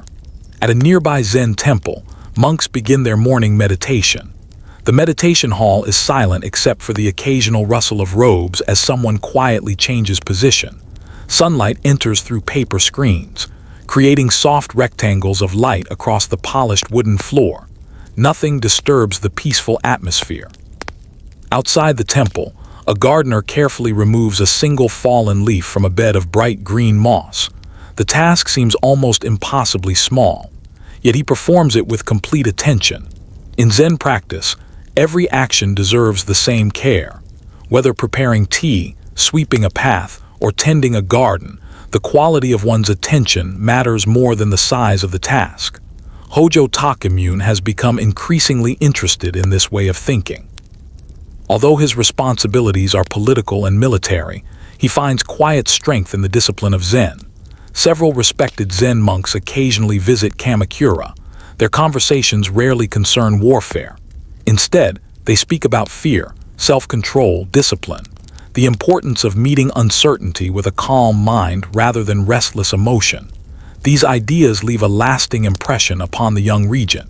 He understands that leadership requires more than strategy. It also requires inner balance. A leader who cannot govern himself will struggle to govern a nation. Elsewhere in Kamakura, the diplomatic letter from Kublai Khan remains carefully protected. Scribes continue making official copies for study.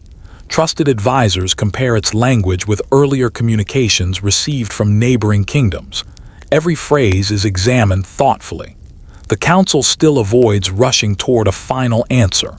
Patience remains their greatest ally. Far away across the sea, the Yuan court continues its own quiet routines. Officials organize reports arriving from distant provinces. Engineers inspect bridges and canals. Merchants unload valuable cargo brought from ports scattered across Asia. Life within the vast empire remains busy but orderly. For Kublai Khan, Japan is only one matter among many requiring attention. Empires never rest. There is always another road to repair, another province to administer, another harvest to oversee. Even so, he quietly expects a reply from Japan. Diplomatic courtesy suggests that one will eventually come. Whether that reply will satisfy him remains unknown. Back in Japan, the afternoon sun warms the hills surrounding Kamakura. Children practice writing with brushes dipped in black ink. Their teachers patiently correct each stroke. Beautiful handwriting is considered more than decoration. It reflects careful thinking. A calm hand often reveals a calm mind. Nearby, young samurai continue practicing horseback archery. Their instructors remind them repeatedly that accuracy depends upon breathing steadily, not upon strength alone. One rider releases an arrow too quickly. It misses the target. His teacher simply smiles. There will be another arrow. Lesson is gentle. Mistakes become opportunities for learning, not reasons for anger. As evening approaches, a light rain begins falling across the countryside. The drops strike bamboo leaves with a soft, rhythmic sound. The fragrance of wet earth fills the air. Farmers welcome the rain with quiet gratitude. The rice fields need fresh water. Nature once again provides exactly what is required. Inside homes throughout Kamakura, families gather around warm meals. Steam rises gently from bowls of rice and miso soup. Fresh vegetables harvested earlier in the day are shared among parents, children, and grandparents. Stories fill the evening, not stories of great battles, but stories of ancestors, of changing seasons, of kindness shown by neighbors, of lessons remembered across generations. Outside, the rain gradually comes to an end.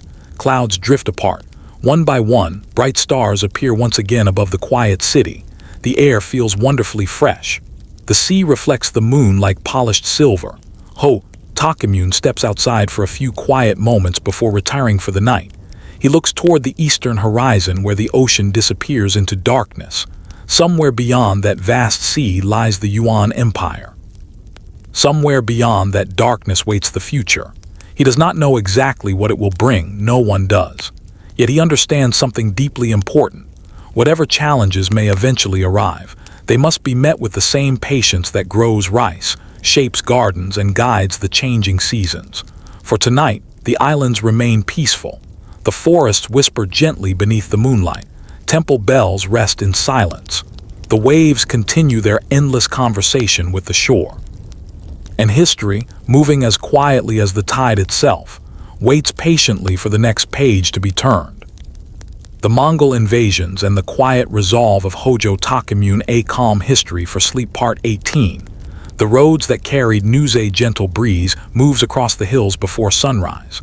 The sky is still wrapped in soft shades of deep blue, and only the brightest stars remain visible above the sleeping countryside.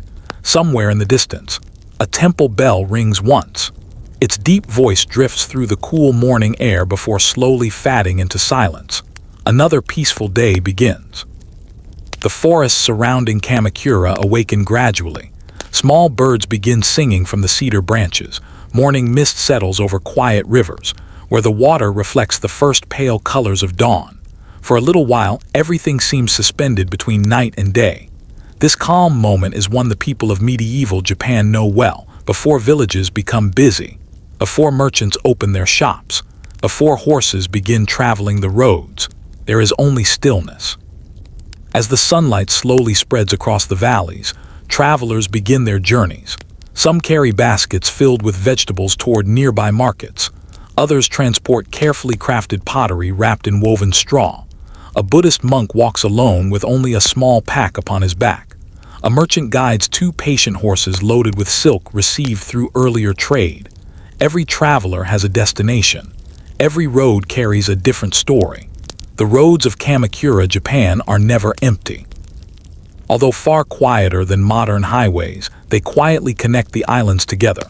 They carry food from farms to cities, timber from forests to carpenters, fish from coastal villages to inland markets. They also carry something far less visible: news, stories, ideas, and sometimes history itself. A message rarely travels alone. A merchant arriving from Kyushu may first speak with fishermen at a harbor. Later, he shares the same story with an innkeeper. The innkeeper repeats it to another traveler. That traveler tells a village elder. The elder mentions it to a local official, slowly, patiently. Information moves across the country much like water flowing through a river. It changes slightly. It pauses. It continues again. In recent weeks, quiet conversations have begun spreading from Hakata toward the eastern provinces. People speak of unusual diplomatic visitors arriving from the mainland. Some describe large foreign ships. Others mention official envoys carrying an important letter. Most details remain uncertain. Rumors often travel faster than facts. Even so, curiosity grows gently along the roads. At a roadside tea house nestled beside a mountain path, several travelers pause to rest. The owner pours warm tea into simple ceramic cups. Steam rises quietly into the cool morning air. No one speaks loudly. The peaceful atmosphere encourages gentle conversation. One traveler mentions hearing that representatives of the Great Khan have visited Japan. Another nods thoughtfully. A third quietly wonders whether trade between the islands and the continent might increase. No one speaks of war, not yet. The discussions remain calm, respectful, speculative. Nearby, a young monk listens quietly without interrupting. He has spent years copying Buddhist scriptures brought from China generations earlier. To him, the mainland is not simply a distant political power. It is also the homeland of many important Buddhist traditions. History often reminds us that countries exchange far more than armies. They exchange ideas, art, religion, technology, language. The sea separates people, yet it also connects them. As afternoon approaches, another government courier rides steadily toward Kamakura. His satchel contains routine reports from provincial officials, harvest estimates, bridge repairs, tax records. Compared with Kublai Khan's diplomatic letter, these scrolls appear ordinary, yet each one matters. A nation is governed not only through great decisions, but also through countless small ones. Hojo Tokimune understands this well. Inside the government offices, he continues reviewing documents with his usual patience. He asks careful questions. He studies reports closely. The diplomatic letter has not caused him to neglect everyday responsibilities. Strong leadership requires balance. The extraordinary must never distract completely from the ordinary. Outside the compound, young samurai continue their training. One instructor teaches not through shouting but through demonstration. He adjusts a student's posture slightly before saying, "Stand like the pine tree, flexible enough to survive the wind, strong enough to remain standing afterward." Lesson concerns archery, yet its meaning reaches much farther. Across Kamakura, ordinary families continue their familiar routines. An elderly woman patiently repairs a winter blanket even though autumn has not yet arrived. She understands preparation should begin before it becomes necessary. A fisherman carefully replaces worn rope on his boat. A carpenter stores extra timber beneath a roof where rain cannot damage it. Preparation is simply part of life. Nature teaches that every season eventually returns. Clouds gather quietly during the late afternoon. A gentle rain begins falling over the forests. The cedar branches catch most of the drops, allowing only a soft whisper of rain to reach the forest floor. The scent of wet earth rises into the cool air. Travelers pause beneath roadside shelters. No one complains. Rain is simply another companion on the journey. Inside a nearby temple, Monks continue chanting peacefully despite the weather outside. The rhythm of their voices blends naturally with the sound of falling rain. Some visitors sit quietly beside the open veranda, watching tiny circles appear across the surface of a stone pond. The scene feels timeless, calm, almost dreamlike. As evening approaches, the rain gradually passes. The western sky clears first. Golden sunlight briefly shines beneath the departing clouds, illuminating the wet leaves until they sparkle like countless tiny lanterns. Children step outside once again. Their laughter returns to the village paths. Smoke rises from evening cooking fires. The comforting aroma of rice and miso soup drifts gently through the cool air. Far away, beyond the sea, Kublai Khan's court continues waiting. Weeks have passed since the diplomatic mission departed. No reply has yet returned. The great Khan remains occupied with governing one of the largest empires in history. Yet somewhere within the countless affairs of state, Japan remains a quiet question awaiting an answer. Back in Kamakura, Hojo Tokimune finishes another day of meetings. Before retiring for the evening, he walks briefly beneath the open sky. The rain has washed the air perfectly clean. Every star appears unusually bright. He listens quietly to the distant waves, to the wind moving through the pine trees, to the peaceful silence of the night itself. The roads have carried the great Khan's letter to him. Now those same roads will eventually carry Japan's answer back toward the sea. But that day has not yet come. For tonight, the roads are quiet. The villages sleep peacefully. The temples rest beneath the stars. And history continues its patient journey, not racing forward but walking calmly, one thoughtful step at a time. The Mongol invasions and the quiet resolve of Hojo Tokimune, A Calm History for Sleep Part 19. The quiet discipline of the samurai. The night slowly fades into morning. Above Kamakura, the last stars disappear one by one as a gentle ribbon of pale gold spreads across the eastern horizon. The sea remains calm. Its surface reflects the growing light like polished glass. Cool breeze drifts through the pine forests surrounding the city, carrying the fresh scent of cedar, damp earth, and distant salt water. The world awakens without hurry, before merchants begin opening their shops, before farmers step into the rice fields, before officials gather inside the government offices. Many samurai have already begun their day. Contrary to the stories often told centuries later, the life of a samurai is not filled with constant battles. Most mornings pass quietly, training, discipline, responsibility, service. These are the foundations of a warrior's life. Beyond the walls of Kamakura, a wide training ground lies beneath tall pine trees. The grass is still covered with tiny drops of dew. Young warriors arrive silently, bowing respectfully to their instructors before taking their places. No loud commands disturb the peaceful morning. The teachers believe discipline grows best in calm surroundings. One experienced master begins the day's lesson with something unexpected. Not swordsmanship, not archery. Instead, he asks every student to stand completely still. For several long minutes, no one moves. Only the wind moves through the trees. Only birds continue singing overhead. At first, the younger students find this difficult. Their thoughts wander, their shoulders become tense. One quietly shifts his feet. The instructor notices but says nothing. Eventually, he speaks in a gentle voice. A restless mind creates restless hands. Students listen carefully. A calm mind sees clearly before acting. No further explanation is needed. The lesson has already begun. Only afterward do they practice with wooden training swords. Each movement is slow, deliberate, measured. There is no rushing. Every step is repeated dozens of times until it feels completely natural. Balance, breathing, posture. These simple details matter far more than speed.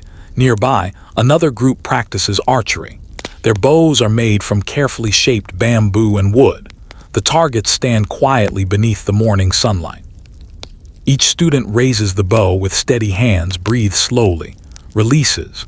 The arrows fly one after another through the cool air. Some strike near the center, others land slightly wide.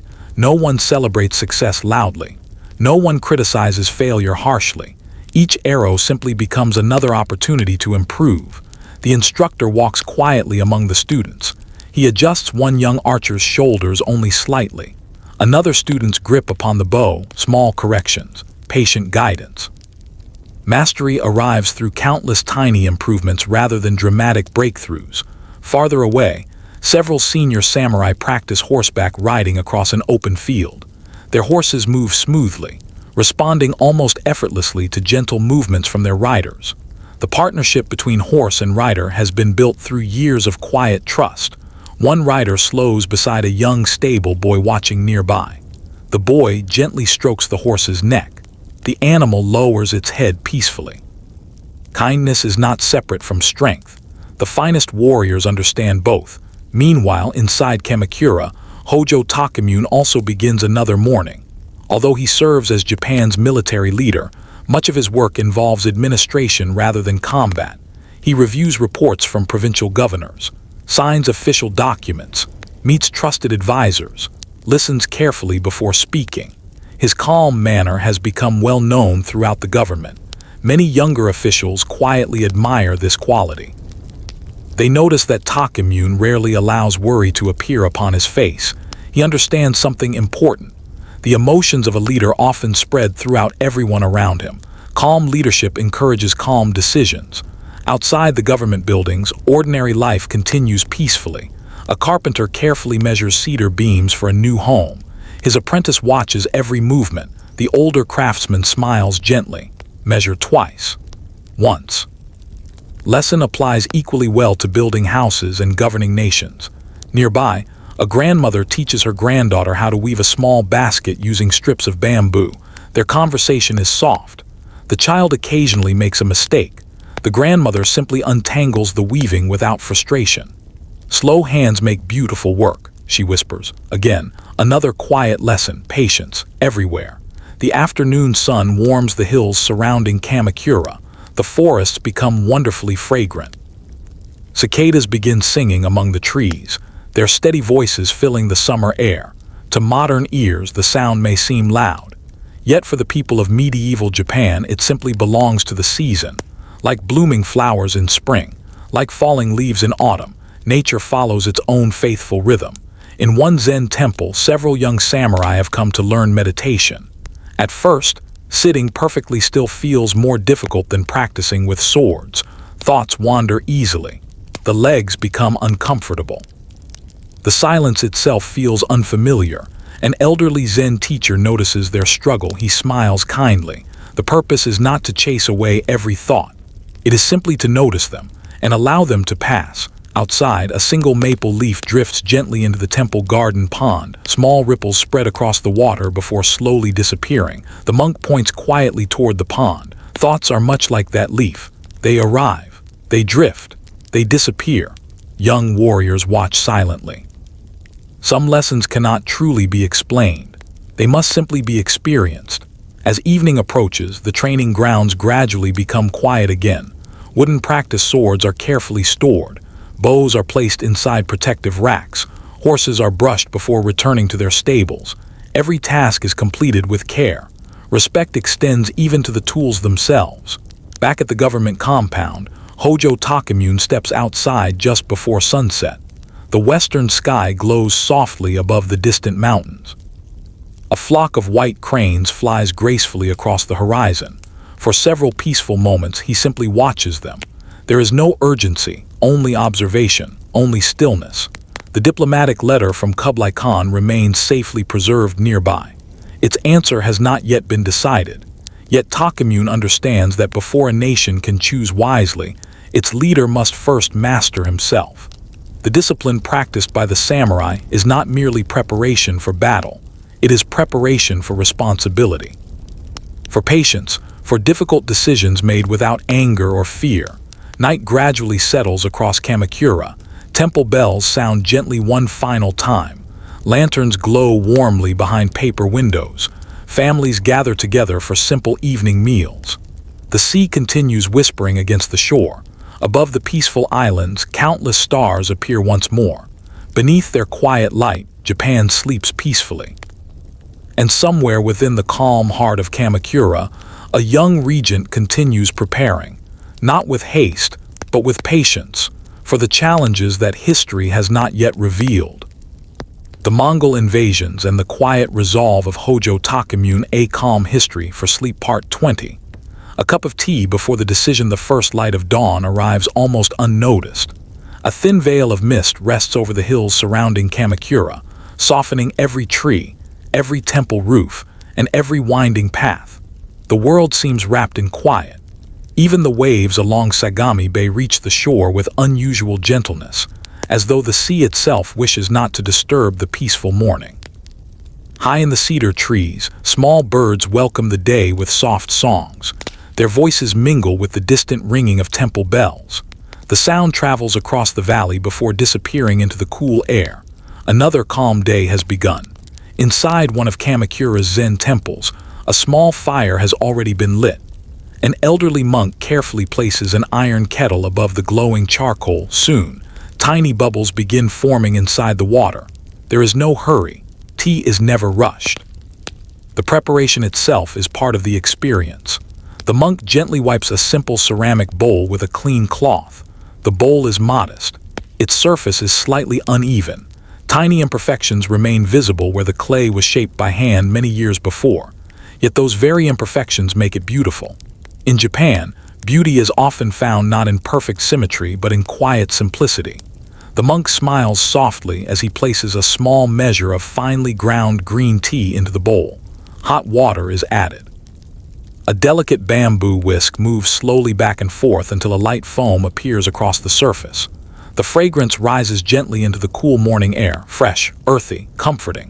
One of the temple's younger monks watches every movement carefully. He has prepared tea many times before. Even so, his teacher reminds him, tea is never prepared the same way twice. Younger monk nods. He understands. Every morning is different. Every season changes the water, the weather, the mood of those sharing the tea. No two moments are ever exactly alike. That realization brings peace rather than sadness. Far across the city, Hojo Tokimune has also awakened early. Before beginning another day of meetings, he quietly visits the temple. He often finds that a short period of silence allows difficult questions to become clearer. The monk welcomes him with a respectful bow.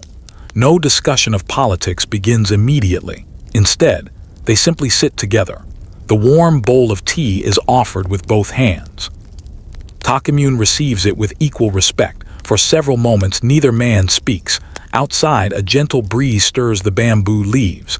A small stream flows quietly beside the temple garden. Somewhere beyond the trees, a cuckoo bird calls once before the forest returns to silence. Finally, the monk speaks. Mountains do not hurry toward the sea. Tokimune listens. The river does not force its way around every stone. Another quiet pause follows. The wise person, the monk continues, knows when to wait. And when the moment has truly arrived, the words are simple. No direct advice is given. The monk never tells Tokimune what decision he should make regarding Kublai Khan's letter. Instead, he offers something far more valuable, a peaceful mind. Many historians believe that Zen Buddhism deeply influenced Hojo Tokimune during these years. While some details of specific conversations are unknown, it is well supported that Zen practice helped shape his approach to leadership, discipline, and inner composure. As the morning continues, Tokimune leaves the temple and returns to the government offices. The streets of Kamakura are beginning to fill. Merchants open wooden shutters. Fresh vegetables arrive from nearby villages. Fishermen unload baskets filled with sea bream, mackerel, and squid caught before sunrise. Children carry small bundles of firewood for their families. Life continues peacefully. Few people realize that important discussions continue behind the walls of the government compound. Inside the council chamber, the diplomatic scroll once again rests upon the polished wooden floor. Senior advisors gather quietly. The room feels familiar now. Everyone has studied the letter carefully. Everyone understands its significance. Yet no one appears anxious. The calm atmosphere reflects Tokimune's own character. He believes that hurried minds rarely produce wise decisions. Reports from Korea are discussed. Merchants who have recently crossed the sea describe the remarkable organization of the Mongol Empire, its roads, its cities, its vast cavalry, its disciplined administration. The Mongol Empire is unquestionably powerful. No one inside the chamber underestimates it. Still, Japan possesses strengths of its own. The sea, its experienced warriors, its unity under determined leadership. The discussion remains respectful. Each advisor speaks in turn. Some favor continued diplomacy. Others quietly question whether acknowledging Mongol authority would ultimately preserve Japan's independence. Tokimune listens carefully. He asks few questions today. Instead, he observes. Sometimes silence reveals more than many words. Outside, clouds drift slowly across the afternoon sky. A light breeze passes through the pine trees surrounding the government buildings. The scent of warm cedar enters the room through slightly opened paper screens. Nature remains completely indifferent to human politics. The trees continue growing. The birds continue singing. The seasons continue changing. Perhaps that steady rhythm reminds everyone that patience remains one of nature's greatest lessons. As evening approaches, the council adjourns once more. No official reply has yet been sent. The decision draws closer, but it has not quite arrived.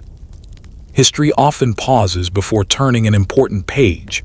That pause allows thoughtful people to breathe, to reflect, to choose carefully. After sunset, Tokimune walks alone for a short distance along a quiet path overlooking the sea. Moonlight spreads across the water like polished silver. Far beyond the horizon lies the Yuan Empire. Somewhere there, Kublai Khan also continues governing his vast realm, unaware of the quiet reflections taking place tonight in Kamakura. The distance between them is measured not only by miles of ocean, but by two different visions of political order, responsibility, and sovereignty. Tokimune watches the moon's reflection dance gently upon the waves. He remembers the monk's words. The mountains do not hurry, neither does the river. Perhaps wisdom also arrives in its own time. He turns quietly and walks back toward the softly glowing lanterns of Kamakura. Behind him, the sea continues its endless conversation with the shore. Ahead of him waits another day, another council, another opportunity to move one careful step closer to a decision that future generations will remember for centuries. For tonight, however, there is only stillness, only the fragrance of pine carried by the evening wind, only the peaceful glow of lanterns beneath the stars. And somewhere within that quiet silence, history patiently waits for the answer that has not yet been spoken.